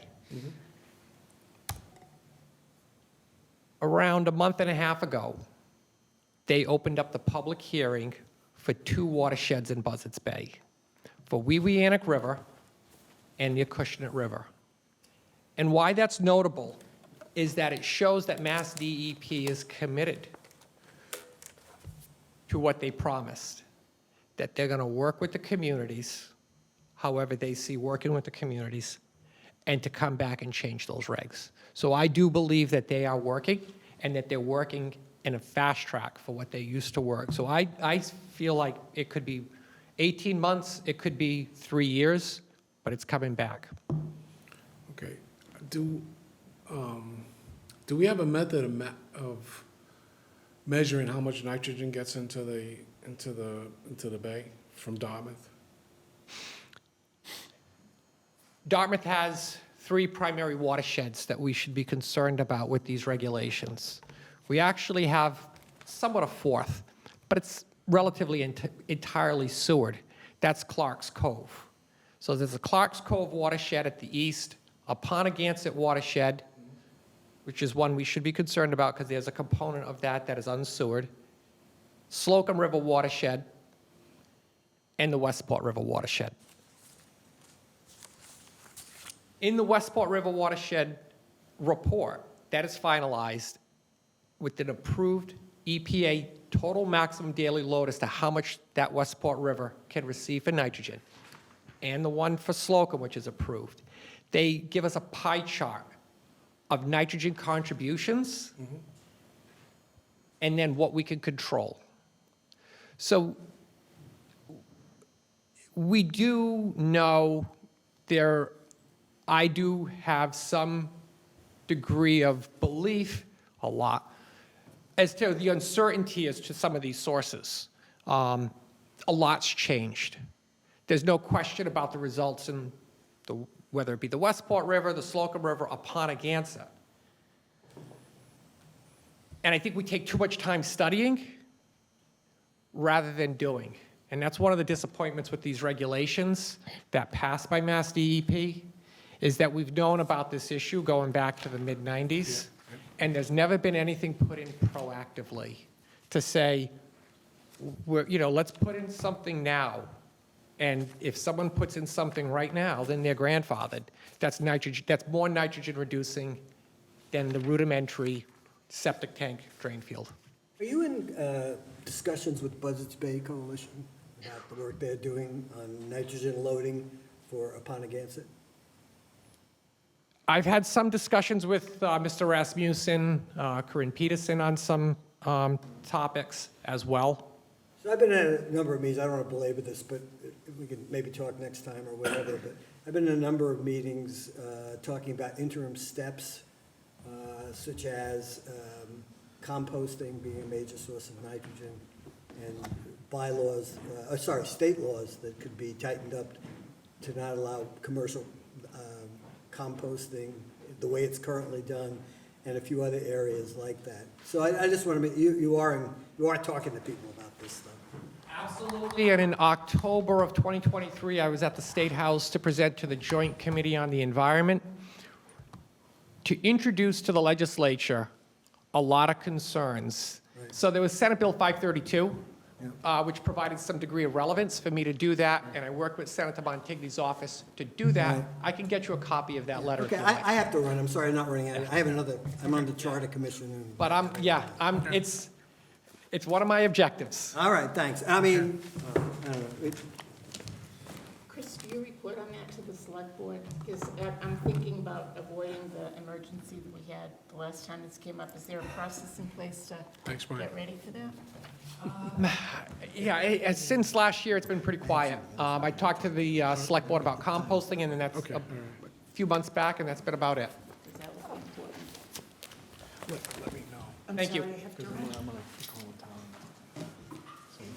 I'm about this. No, it's a different issue. but Okay, still. okay. See you later. All right, thanks. Okay. So.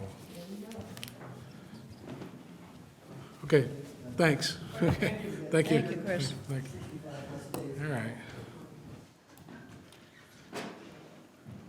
All right, John? I think John's coming back. John's coming back. He left his stuff, so, oh, there he is. So, Phil and Carrie, did you learn things that you wouldn't have known had you not been here? Yeah, I mean, Chris is great, but the situation with the nitrogen is really scary after what happened last year. That's why I wanted to ask. Thank you. Yeah. So, what else do you? Want to continue on some of the smaller departments? You're going to present them? Yeah. Okay. And then I would suggest that waterways, natural resources, Parks and Rec, and DCTV, we do on the 22nd. Okay. Yeah. Yeah. Because we have nothing scheduled right now for the 22nd, so that would take care of all these. And then I'll go over the rest of the Yeah, calendar. the thing is, And we have that information on those three right now, we right? already have Yes, those, yeah. yes. I thought I saw Yeah, it. all right. Yeah, because I mean, I spent over 2 hours looking at this stuff, and I said, how are we gonna get all these departments? So maybe separating a little bit more would be, it's easier, Yeah, I don't want to also run out of time, Yeah, I know. It's, and then, I Try mean, to if we have get- to meet twice a week, that's, not an issue either, but I know people's No, but I schedules mean- are. It's a lot of information, Yeah, it's a lot of information. all right, so. Can I go just ahead. ask a question? I know you have the information for next week already here, but in the future, is there a way, especially for those of us who like to stick with PDFs, is there a way that you can make it so the pages are I mean, Yeah. I'm sorry, I got I kept a kink in my Yeah. neck trying to read this today. Initially, If you're working on initially you saw me send it out Rotate, twice because the rotate, file was large. Yeah. And it kicked back because some members don't have, the I guess, the capacity to Yeah. take that kind of file. So what I would do is split it up between two files, send that. Oh, and so then- the and then format's be the able to flip same it. in Yeah, each of sometimes them? when you're flipping when you're working with PDF, the data, there's so much data that it only allows you to do certain things. Yeah, So, that's fine. It was just the Can I rotation make a was, The rotation Suggestion, is hard. if you do one PDF per department, because I save my files. good you know, idea. And then you could, boom, boom, boom. It's easier for us to narrow in on them versus Yeah, trying to flip because- through Yeah, 100 Because now, pages. if a question and comes rotate. up on Parks and Recreation, I can open that file, I gotta go up and up until yeah, I it would see be, I think it would, I mean, I don't know how many, as I mentioned, how many members need the paper. It'd be much easier if we, I don't want to say eliminated paper, but, you just went with the PDF, the virtual version, I send that out via No, PDF. I could live without the paper, I but I could can't, live without the I paper, can't speak too. for everybody else. But I'm with her on the like. I'm a if- dinosaur, I like I paper. know, I knew, I looked at you, John. It doesn't, I have to literally turn my head Take or. a couple of copies and You might be a and short if timer. they're available here. What's that? For paper Might be a form, and short then, timer. Yeah. yeah. And I agree with them on like separate files is actually easier to Well, it's find easier to them. focus on what you want to really get your Yeah. questions out on for each department separately We could versus what almost have, page was that on? I'd have to talk to IT, but we can almost have like a finance committee, like Google Drive, where I yeah, could put that yeah, into the that'd be Google awesome. Drive. Yeah, then we can and all then- access it. Yes, correct. Do you Yeah. know what that is, John? Dump everything into the I Google do, but I Drive. don't access it. So that's something I'd like envisioned to I'll have, need a lesson. Yeah. maybe going forward. That would be All right, nice. yeah. Yeah, to Yeah, eliminate that some would of the be paper. perfect. We'll teach John how to use Yeah. it. I don't have an account. We'll just get you one. That's minor. Yeah. So one of the smaller departments we can talk about next is human resources or personnel. Okay. And she is, she has her contract with the DTA, the Steelworkers. No, excuse me, she's not, she's contract, she's 110,000, but she's contract, she's not in any kind of union. Yeah, But you'll that's see what I'm the saying. increase on her budget was on the, she has one clerical employee. You'll see that the increase down the bottom was for advertisement, and basically, this has got to do with many of the positions that are open in town. She's having to do more advertisement, more of the associations that are out there. She's had to increase the budget accordingly. So she feels that the $1,000 is gonna help her out from the 5,000 to the 6,000 in her budget. And when she met with us, that's what she explained. It was that there's obviously And positions, a lot of positions open in town right now that she's having to do more and more advertising for. So then the clerical is, She has one member. Yeah, she's DTEA. so, okay.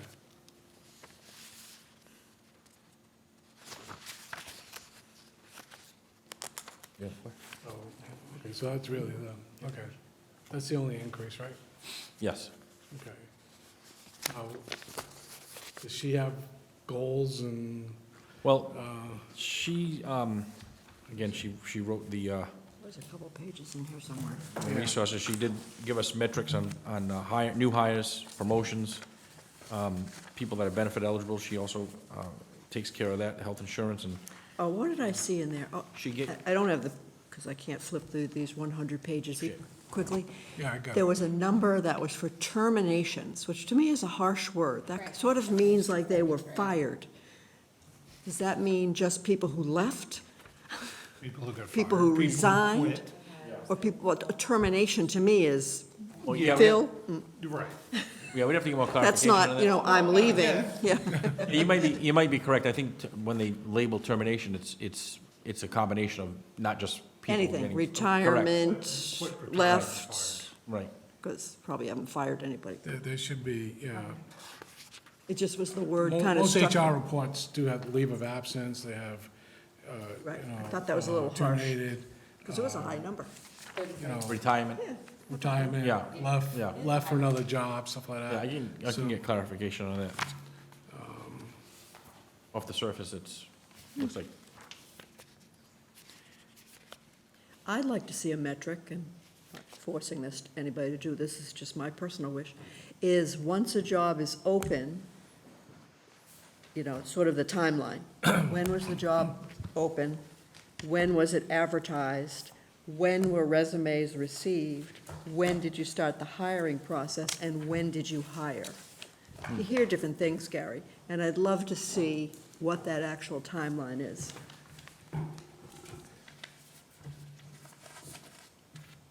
The I'll thing see, about I'll that- see if we track that. Thing about that, Should be Jim, tracked. Yeah. the thing about that timeline, though, is it's different for different positions. Might be. Yeah. I'd like to, that way you see an average. All right, so let me just kind of go over their goals, because one of the things that caught my eye was develop an action plan for implementing Munis HR module.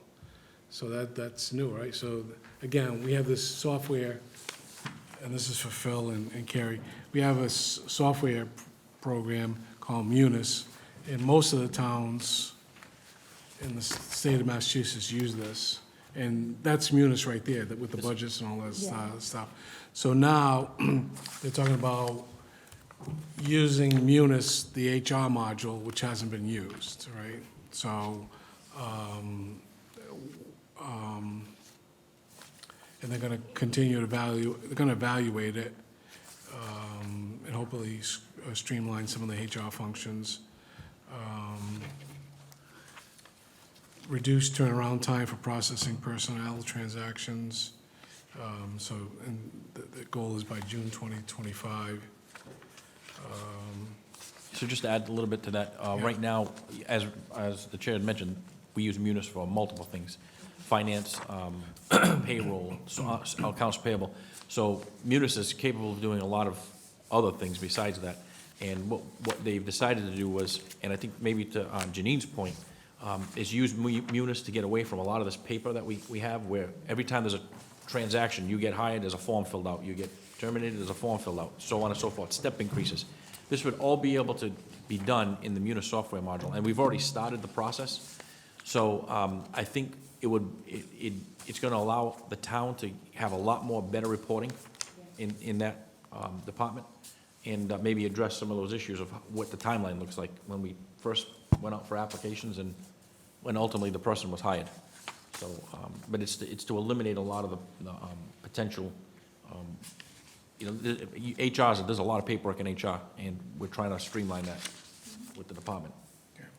So the next goal, number 2, is research and organize management training programs, which I think is important. Continue to research and offer supervisory training that will better develop and enhance manager skills and ultimately results in better functioning teams and performance within the town. The completion date is June 2025. Also, so that's goal number 2. Also, and this isn't necessarily, it doesn't come under goals, but organization, most current organization chart showing number of employees by position filled and vacant. So there's gonna be an organizational chart which will help with that. But the question on that is, who does that go to? That would be my question on that. Who does the organizational chart go to? Yeah, who's gonna see that? That would be available, I believe, for the public, for everyone. That's Oh, for everyone, okay. Yeah. I mean, there's only 2 people in that department. Yeah. And just to speak briefly on goal number 2, the department, the HR department has done work with management in town, and Yeah. we've contracted with UMass Amherst Okay. and their Collins School, and had a series of a 6-week management class. And one, I know they brought customer service training in to the staff. Yep. So I saw they're that, bringing in multiple. Okay, any questions on HR? No. Okay, good. Move on. Other than terminations. What's the next one? Because we're running out of time here. I want to get the minutes approved. Okay, so we can do youth coordinator? Sure.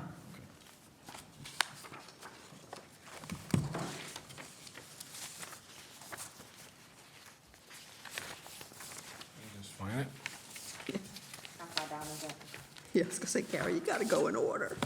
Yeah, well, I wanted to bring the people that we had in What the the heck? Where is that one? building here.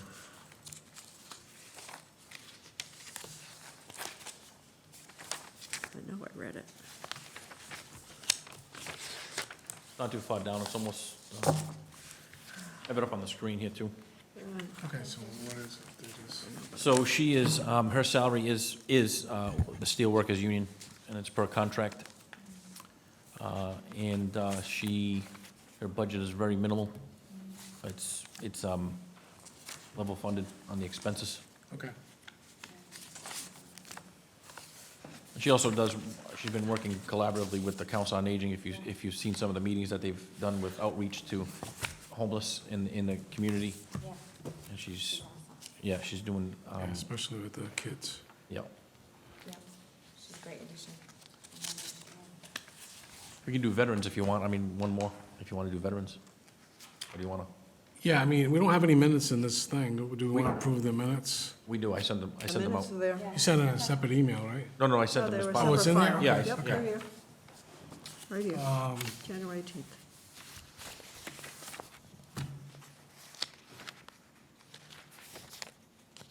All right. Do we want to just go to minutes and we'll do, Do you have enough people to approve them? yes, we do. I have to abstain. That's all right. You're still here. You can just, it's That 4-0. counts, okay. Yeah, you're still part of the quorum, even if you abstain. Minutes for the 18th. What's that? Minutes for the 18th. The 18th. Okay, so someone want to make a motion to accept the minutes from January, So moved. January 8th? So John approved, Phil second. All in favor, say aye. Aye. Any opposed? Any abstentions? Yes. Okay, so, for the purposes of the minutes, Terry has left, so she did not vote. Brian left, he did not vote. So, John voted yes. Carrie voted yes, I voted yes, Phil voted yes, and Janine abstained, so it's 4-0-1. All right. Somebody want to make a motion to adjourn? So moved. I thought you were gonna do another Oh, you want to do the 10 or veterans? 6. Oh, okay, yeah, okay, I'm sorry, okay. Yeah. All right, let's do veterans. Veterans are odd. Those were the only minutes that we had to do, right? Yes, right. Yep, okay. We're up to date with all the minutes.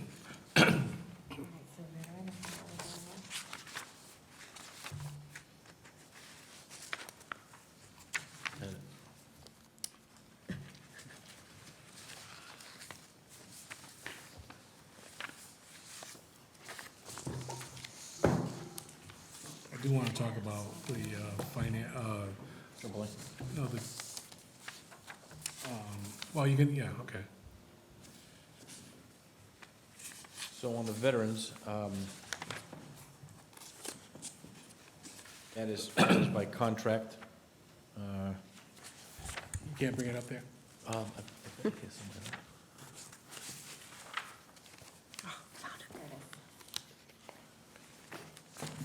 It's just before the last one that we just accepted, right?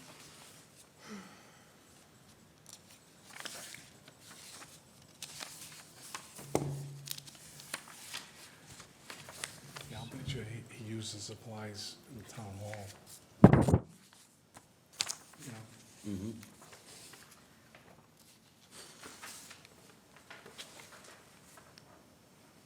when he was here.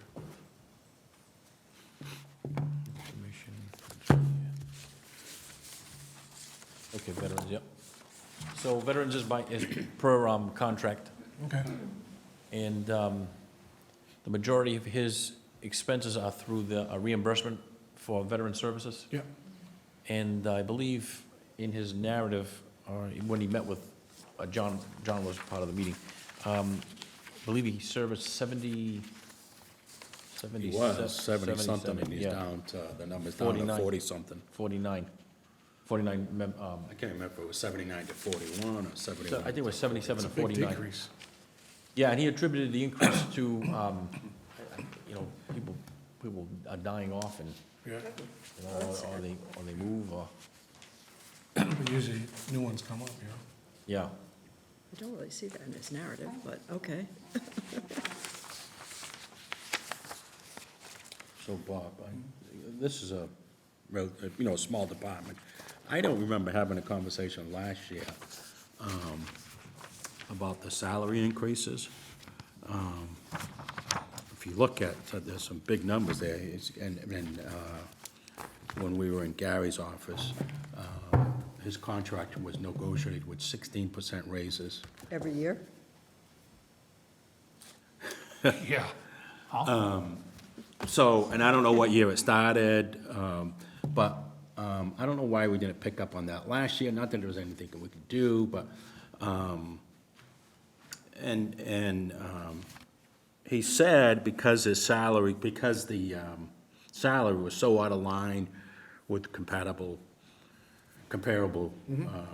towns that it was increased. I don't know if it was increased after he accepted the position, but in any case, it's, in my opinion, if someone was doing it, say it started in '23, the last person was doing it at $50,000, $53,000. Why, if somebody was doing it for $53,000, we couldn't find anybody that could do it without getting a 16% increase over? Well, that is an 3 argument years, that's been that's- ongoing for other positions. Yeah, It just seems just it so. seems to be a popular It's a argument. very popular one. What are the other whack towns with, paying is the most popular What's going on in the comment. real world? Yeah. I mean, those kind of raises are unheard of today, regardless how out of the market you are. It seems to me a better approach would have been gradually increase that over years, not 16% raises over every year for 3 years. What I find difficult, That again sends the wrong message to school teachers union, the DPW union, the police unions. I don't think administration and management should be handing those kind of raises out to management positions. I don't think, Or even, steelworkers position, I mean, that, no matter how out of whack we are with the market, if we had somebody there, I guess what bothers me, having come from private industry where you are closely measured before you're handed a raise, I mean closely measured with real metrics, not, but I worked hard. I get Or it. this year I'm going to do more, and there. and various other vague goals we see. Nonsense, yeah. I find it just crazy that they put this in a contract for people without measuring. I'm not saying he doesn't work hard, or anybody doesn't work hard, but they don't really measure what people are doing when they negotiate that contract. And an example is that his customer base went to Well, from that's 70-something sadly true. down to 41, Yeah, and we're handing him, now, does that correlate into the amount of work? I would imagine there's gotta be some correlation, how much work he's Absolutely. doing. Absolutely. And yet, Well, I guess he's my, getting a 16% raise. And this is, I'm not picking on the individual, so No, it's I just- hope nobody takes that wrong. I got no problem with the individual. It's just how the town is handing management positions, these kind of raises. It's out of line. I think that when they, and this is only from what we heard from when the presentation was given to us, was that they went out and looked at communities comparable communities, and he was at the very low end of that analysis. So. I think Was that he in the position already? I believe he was, yes. So in Bournemouth, my point, the position was accepted at, I'm assuming, $50,000 or $53,000. And then after the fact, so we took the job knowing it was paying $53,000 a year. And then after the fact, because we do a study and it's not within the market range, we're handing out 16% raises. It wasn't because we can't find anybody. We had somebody there, and we handed out 16% raises. I'm not a fan of comparable communities. Of course, I've also noticed when we do presentations that show comparable communities, the communities seem to change. I don't think, there's nothing we can do about it at this point, but I think we gotta keep a close eye on this and send a message to Well, when Sean's back next week, Administration. I think we ought to ask him Yeah. about that specifically, Yeah, because this is, because that is you know, true. we saw this last year in a couple other positions, and I don't know how we missed it, you know, I missed it. No, because it's a small budget and it flew by I us. missed it Nobody myself looked at last it year. closely. I think that it's important for the people in the town to understand that, you know, as we bring paychecks up to be comparable to other towns, that our taxes will also have to reflect that, because the money comes from somewhere. It's not growing on our trees, which I wish it was, but it's not. And so the money comes from somewhere, and it comes from the people in the town. So, you know, do you think the people in the town have to be aware of that? Well, and the comparisons, was it just in comparable towns in population? Or, you know, someone who may be making an $80,000 salary in Attleboro is because their client base is 500. Well, that's what I said, to me, And comparable towns are we've got 70, so and now we've big. got 40. Yeah. You know, we don't know those kind of things, you know, so, Well, you can make an argument that it should be a part-time position with that decrease. When is that particular contract up for renewal? I would have to check, I'm not sure if it's a That's three-year where we three-year stand with it. contract Are we or- at the or- end of 3 years, the beginning of another? Let's bring it up, we'll talk to Sean It's a about curiosity. that situation and a couple others. So before we Before wrap we up, end, I want to go back to the building committee. There was a miscommunication because we said we couldn't find anybody last time and I watched the select board meeting. Recreation. We couldn't get anybody, the building committee, the recreation, recreation. Okay, thank you.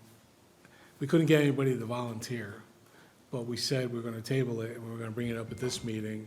In the meantime, at the select board meeting, they said that we didn't tell them, but we tabled it. And they went up, they assigned somebody else to take that position that wasn't part of the finance committee.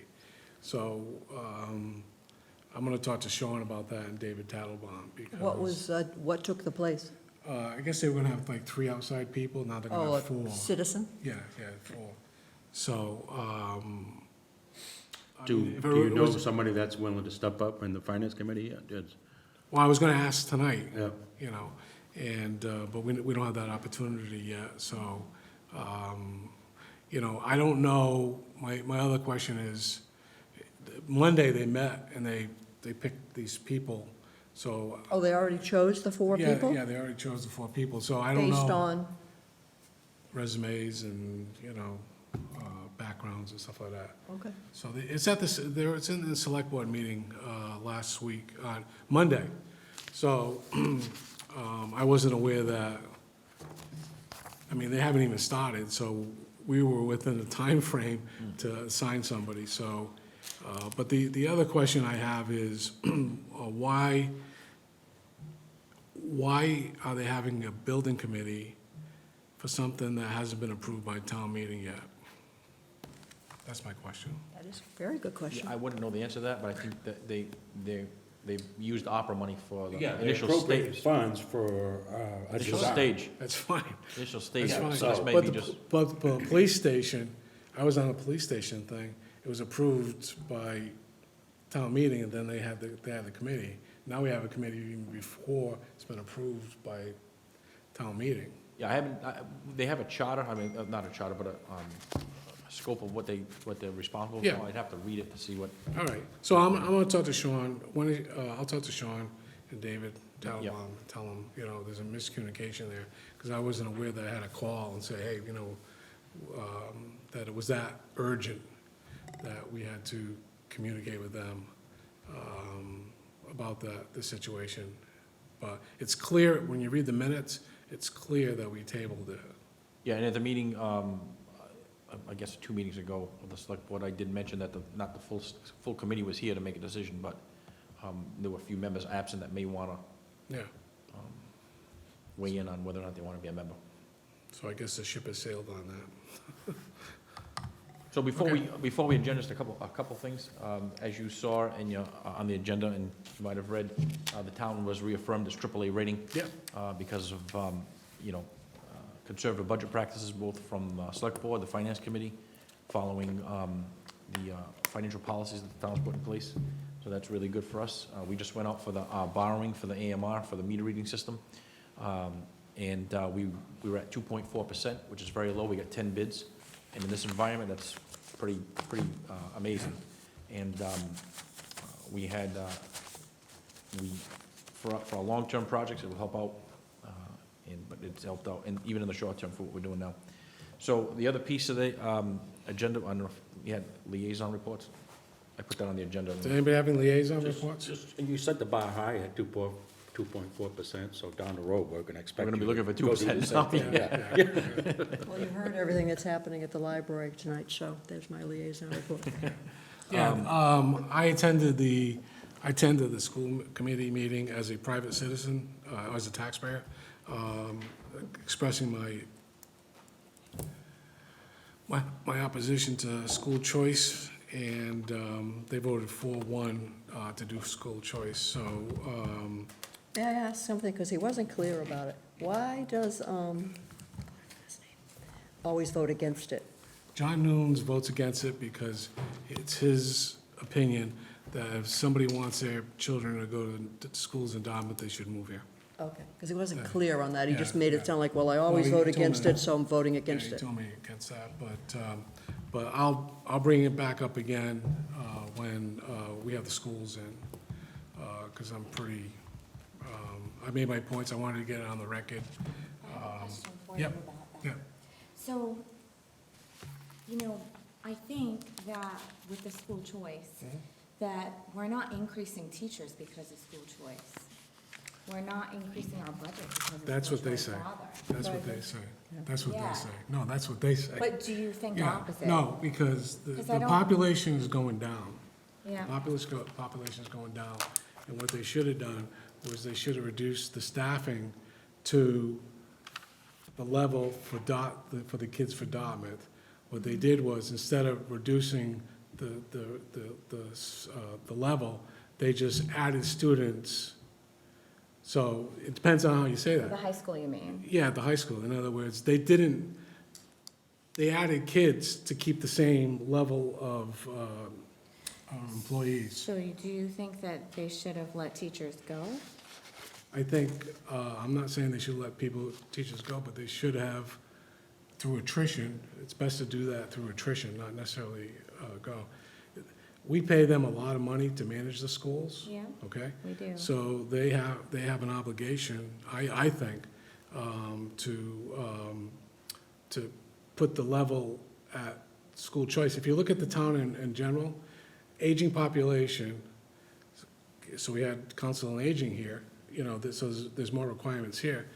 The school population is going down, so, and I think So- in the argument that they Yeah. made in the school committee meeting, they said, well, if you just add 2 to the class, well, it's not 2, it's 13.8%. 13.8%, that's not, So then I'd like to If see how they- much we would save, because if that is a Well- way to save, then that's something we should Well, look at. it's not, there's fixed costs and there's variable costs, and they can't tell me what the variable cost is. All right. So I'll just give you one example. If they have 10 people working in the cafeteria, maybe they should have 9, you know, so they gotta, Right. it takes, and my other argument is, if we brought in a big apartment building or something, and the population of the high school went up by 10%, they would be banging the table saying they need more money. So, so it's all a matter of interpretation. But I have a lot of experience with that, working in private industry, looking at, you know, if the sales are up 10%, what do we need for staffing? If the sales go down 10%, what do we need for staffing? Right. And I think they either don't understand that, or they don't want to understand that. Right, I mean, And, I would be curious to see if we didn't have those other students coming in, how much the town would save. I don't know if that number is a worthwhile number or not. I don't know. I think I would don't- like to I know what that number is. The other issue is, it's $5,000, and it was $5,000 20 years ago. Yeah. So what's $5,000 now? No, I You know, understand you what you're know, saying. So I could do it if they wanted to hire me, but I don't want to do it. variable cost versus the fixed cost, right? You need a principal that doesn't change, right? So you do that. But if I did back of the envelope calculation, I would say that if our student cost is 18,000, I would say that 9,000, it costs us $9,000 to $10,000 for each of those students to do it. And so, again, the taxpayers are paying for these incremental costs. And the other thing in a subcommittee meeting, I brought this up to them, what they've been doing is they've been taking that $5,000 and putting it aside. Now they have $2 million. Yeah. They did. And I said to them that from the beginning, if we're gonna take these students on, we should use that $5,000 to offset the costs of the schools. So there's the revenue and there's the expense, and they should offset each other.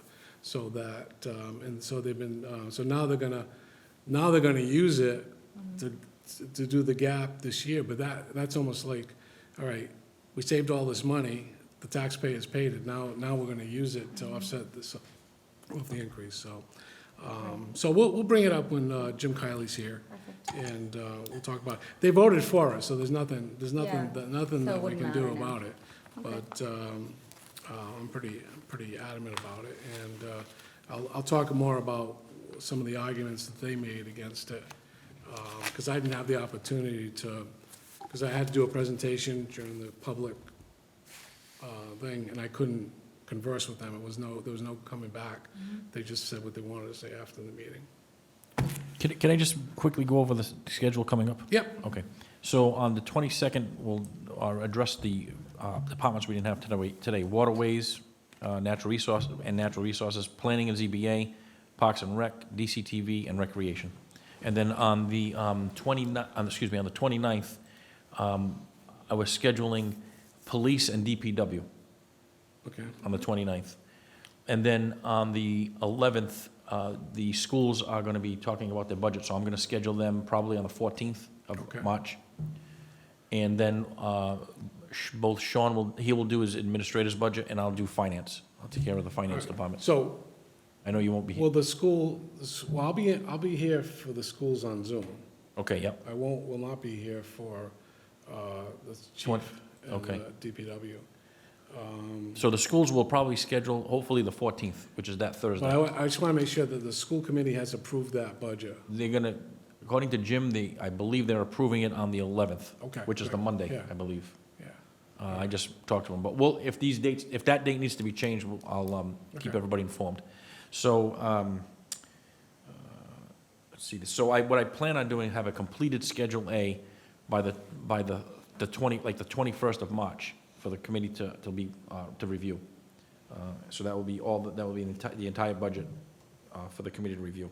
Also, we had a preliminary meeting on the warrant articles, Sean and I, very preliminary, so we're going to be working on finalizing that. And then Capital has also been meeting simultaneously, so we're getting those requests in front of Capital for them to review. Do you have the deadline dates for the warrant articles? The warrant articles, I believe, let's see. May 9th, looks like, approved warrant articles. Well, I'm saying us for May 9th, but the warrant is due to the clerk on the 14th of May. So Let's the see. warrant That's not and the all submittal date. Right, associated select board warrant documents, review. as in our letter and... For us, the 5/14 is the drop dead date for us, for the Warrant rationales, et cetera. everything, In yes. the letter, right. Okay. All right. Wa- So, I warrant mean, to the town if clerk. we get through this on that time schedule, we're ahead of schedule compared to prior years. Don't get all, I mean- What I'd like to do is maybe We've all even lived put this. I know we talked about, like, last year, maybe doing something initially, but putting almost like a budget book together, and whether that's not printing budget books, but having something available online so that they can easily look through, okay, they want to look through youth commission, they want to see through all that stuff, working on on something that the finance committee can include with their rationales and everything else, like a packet. Or according to what, like Terry said, something that's a little bit more visible to town meeting. I know we just put out the letter, we put the letter out, but it would be nice to almost have like a packet that You we mean an send. online packet? Yeah, something that's online, people can look at, go Within to. the finance committee's little space online? Yeah. Just curious where we'd put it, or, Put it on, we could put it on, when the time comes to town meeting, we could actually put it yeah, on. the town meeting stuff, yeah, that's true. We could all put That's that all, on. that, Sarah uploads all Yeah, that we could there. include that with it. They get a pretty thick packet as a Yeah. town meeting member. I think what you usually do for finance committee and also for select board is really nice, because it's like simple, straight to the point, you know why, you know, you're voting one way or the other, as a, you know, On the town meeting rationales, yeah, and the member. rationales Yeah, of the yeah. finance committee, right, are pretty accurate, pretty, Yeah, they're quite helpful, detailed, actually. very detailed. Yeah. Yeah. Well, the other thing we did last year was we send out our letter ahead of, because as a town meeting member, I used to get all these things from planning and all this stuff. Yeah. So we always felt that if we can get ours out ahead of time, then when they read ours first, then everything they read will have that reference to the thing. Go ahead. Then that probably has a different deadline, because that was the problem we had. Yeah, it was. Is we they almost- came in they on got- the they same got it to almost date, the so same she date as couldn't the- mail them Yeah, we separately. got it. Yeah, that was October though. Well, I'm the one that Whatever, has to. we still need I'm to the one know that what has the to mail- date is. I mean, I mail them, I would have to mail them out, so it would be myself or someone in my office that would be doing it. So we would have to have it, if the warrant date, drop dead date is the 14th, whatever, we would probably want to send it maybe a week prior, so they have it in hand. Right, but that's just a letter, but still, it needs letter, to be yes. a different So time. why would you have to do it? Why wouldn't Sarah do it? Why, who? Why do you have to do it, not Sarah? I just, well, it's really the finance committee Okay. that's requesting the letter to be sent out. Okay. So It's I fine. mean, I did it in the past, All right, okay. so I mean, I don't mind doing it, that's. Okay, all right. Carrie, the internal department meetings, do you have a schedule yet? We So, did last week. You don't have to get to me, could you forward that when you get it? Do you have that yet, or? yeah, so as far as meeting with the police and DPW, we're probably not gonna have, well, unless we move these dates out, have time to meet individually with them. But, so the 29th, I mean, Those we weren't could, the we only could, departments left, though, didn't you have a, was that the only departments left? well, we have finance left, so I'm Yeah, looking you at, got yeah, finance, once I you have got the. Sean's, you got building, Yeah. we haven't done yet. Building is, I believe Sean's gonna have to Yeah. work on that budget. But once we have those, I can send the schedule back out. For the internal one? Yes, yes. Yeah, please Yeah. do. Okay. Somebody want to make a motion to adjourn? I make a motion to adjourn. Okay. Carrie made a motion to adjourn. Phil second. All in favor? Aye. Any opposed?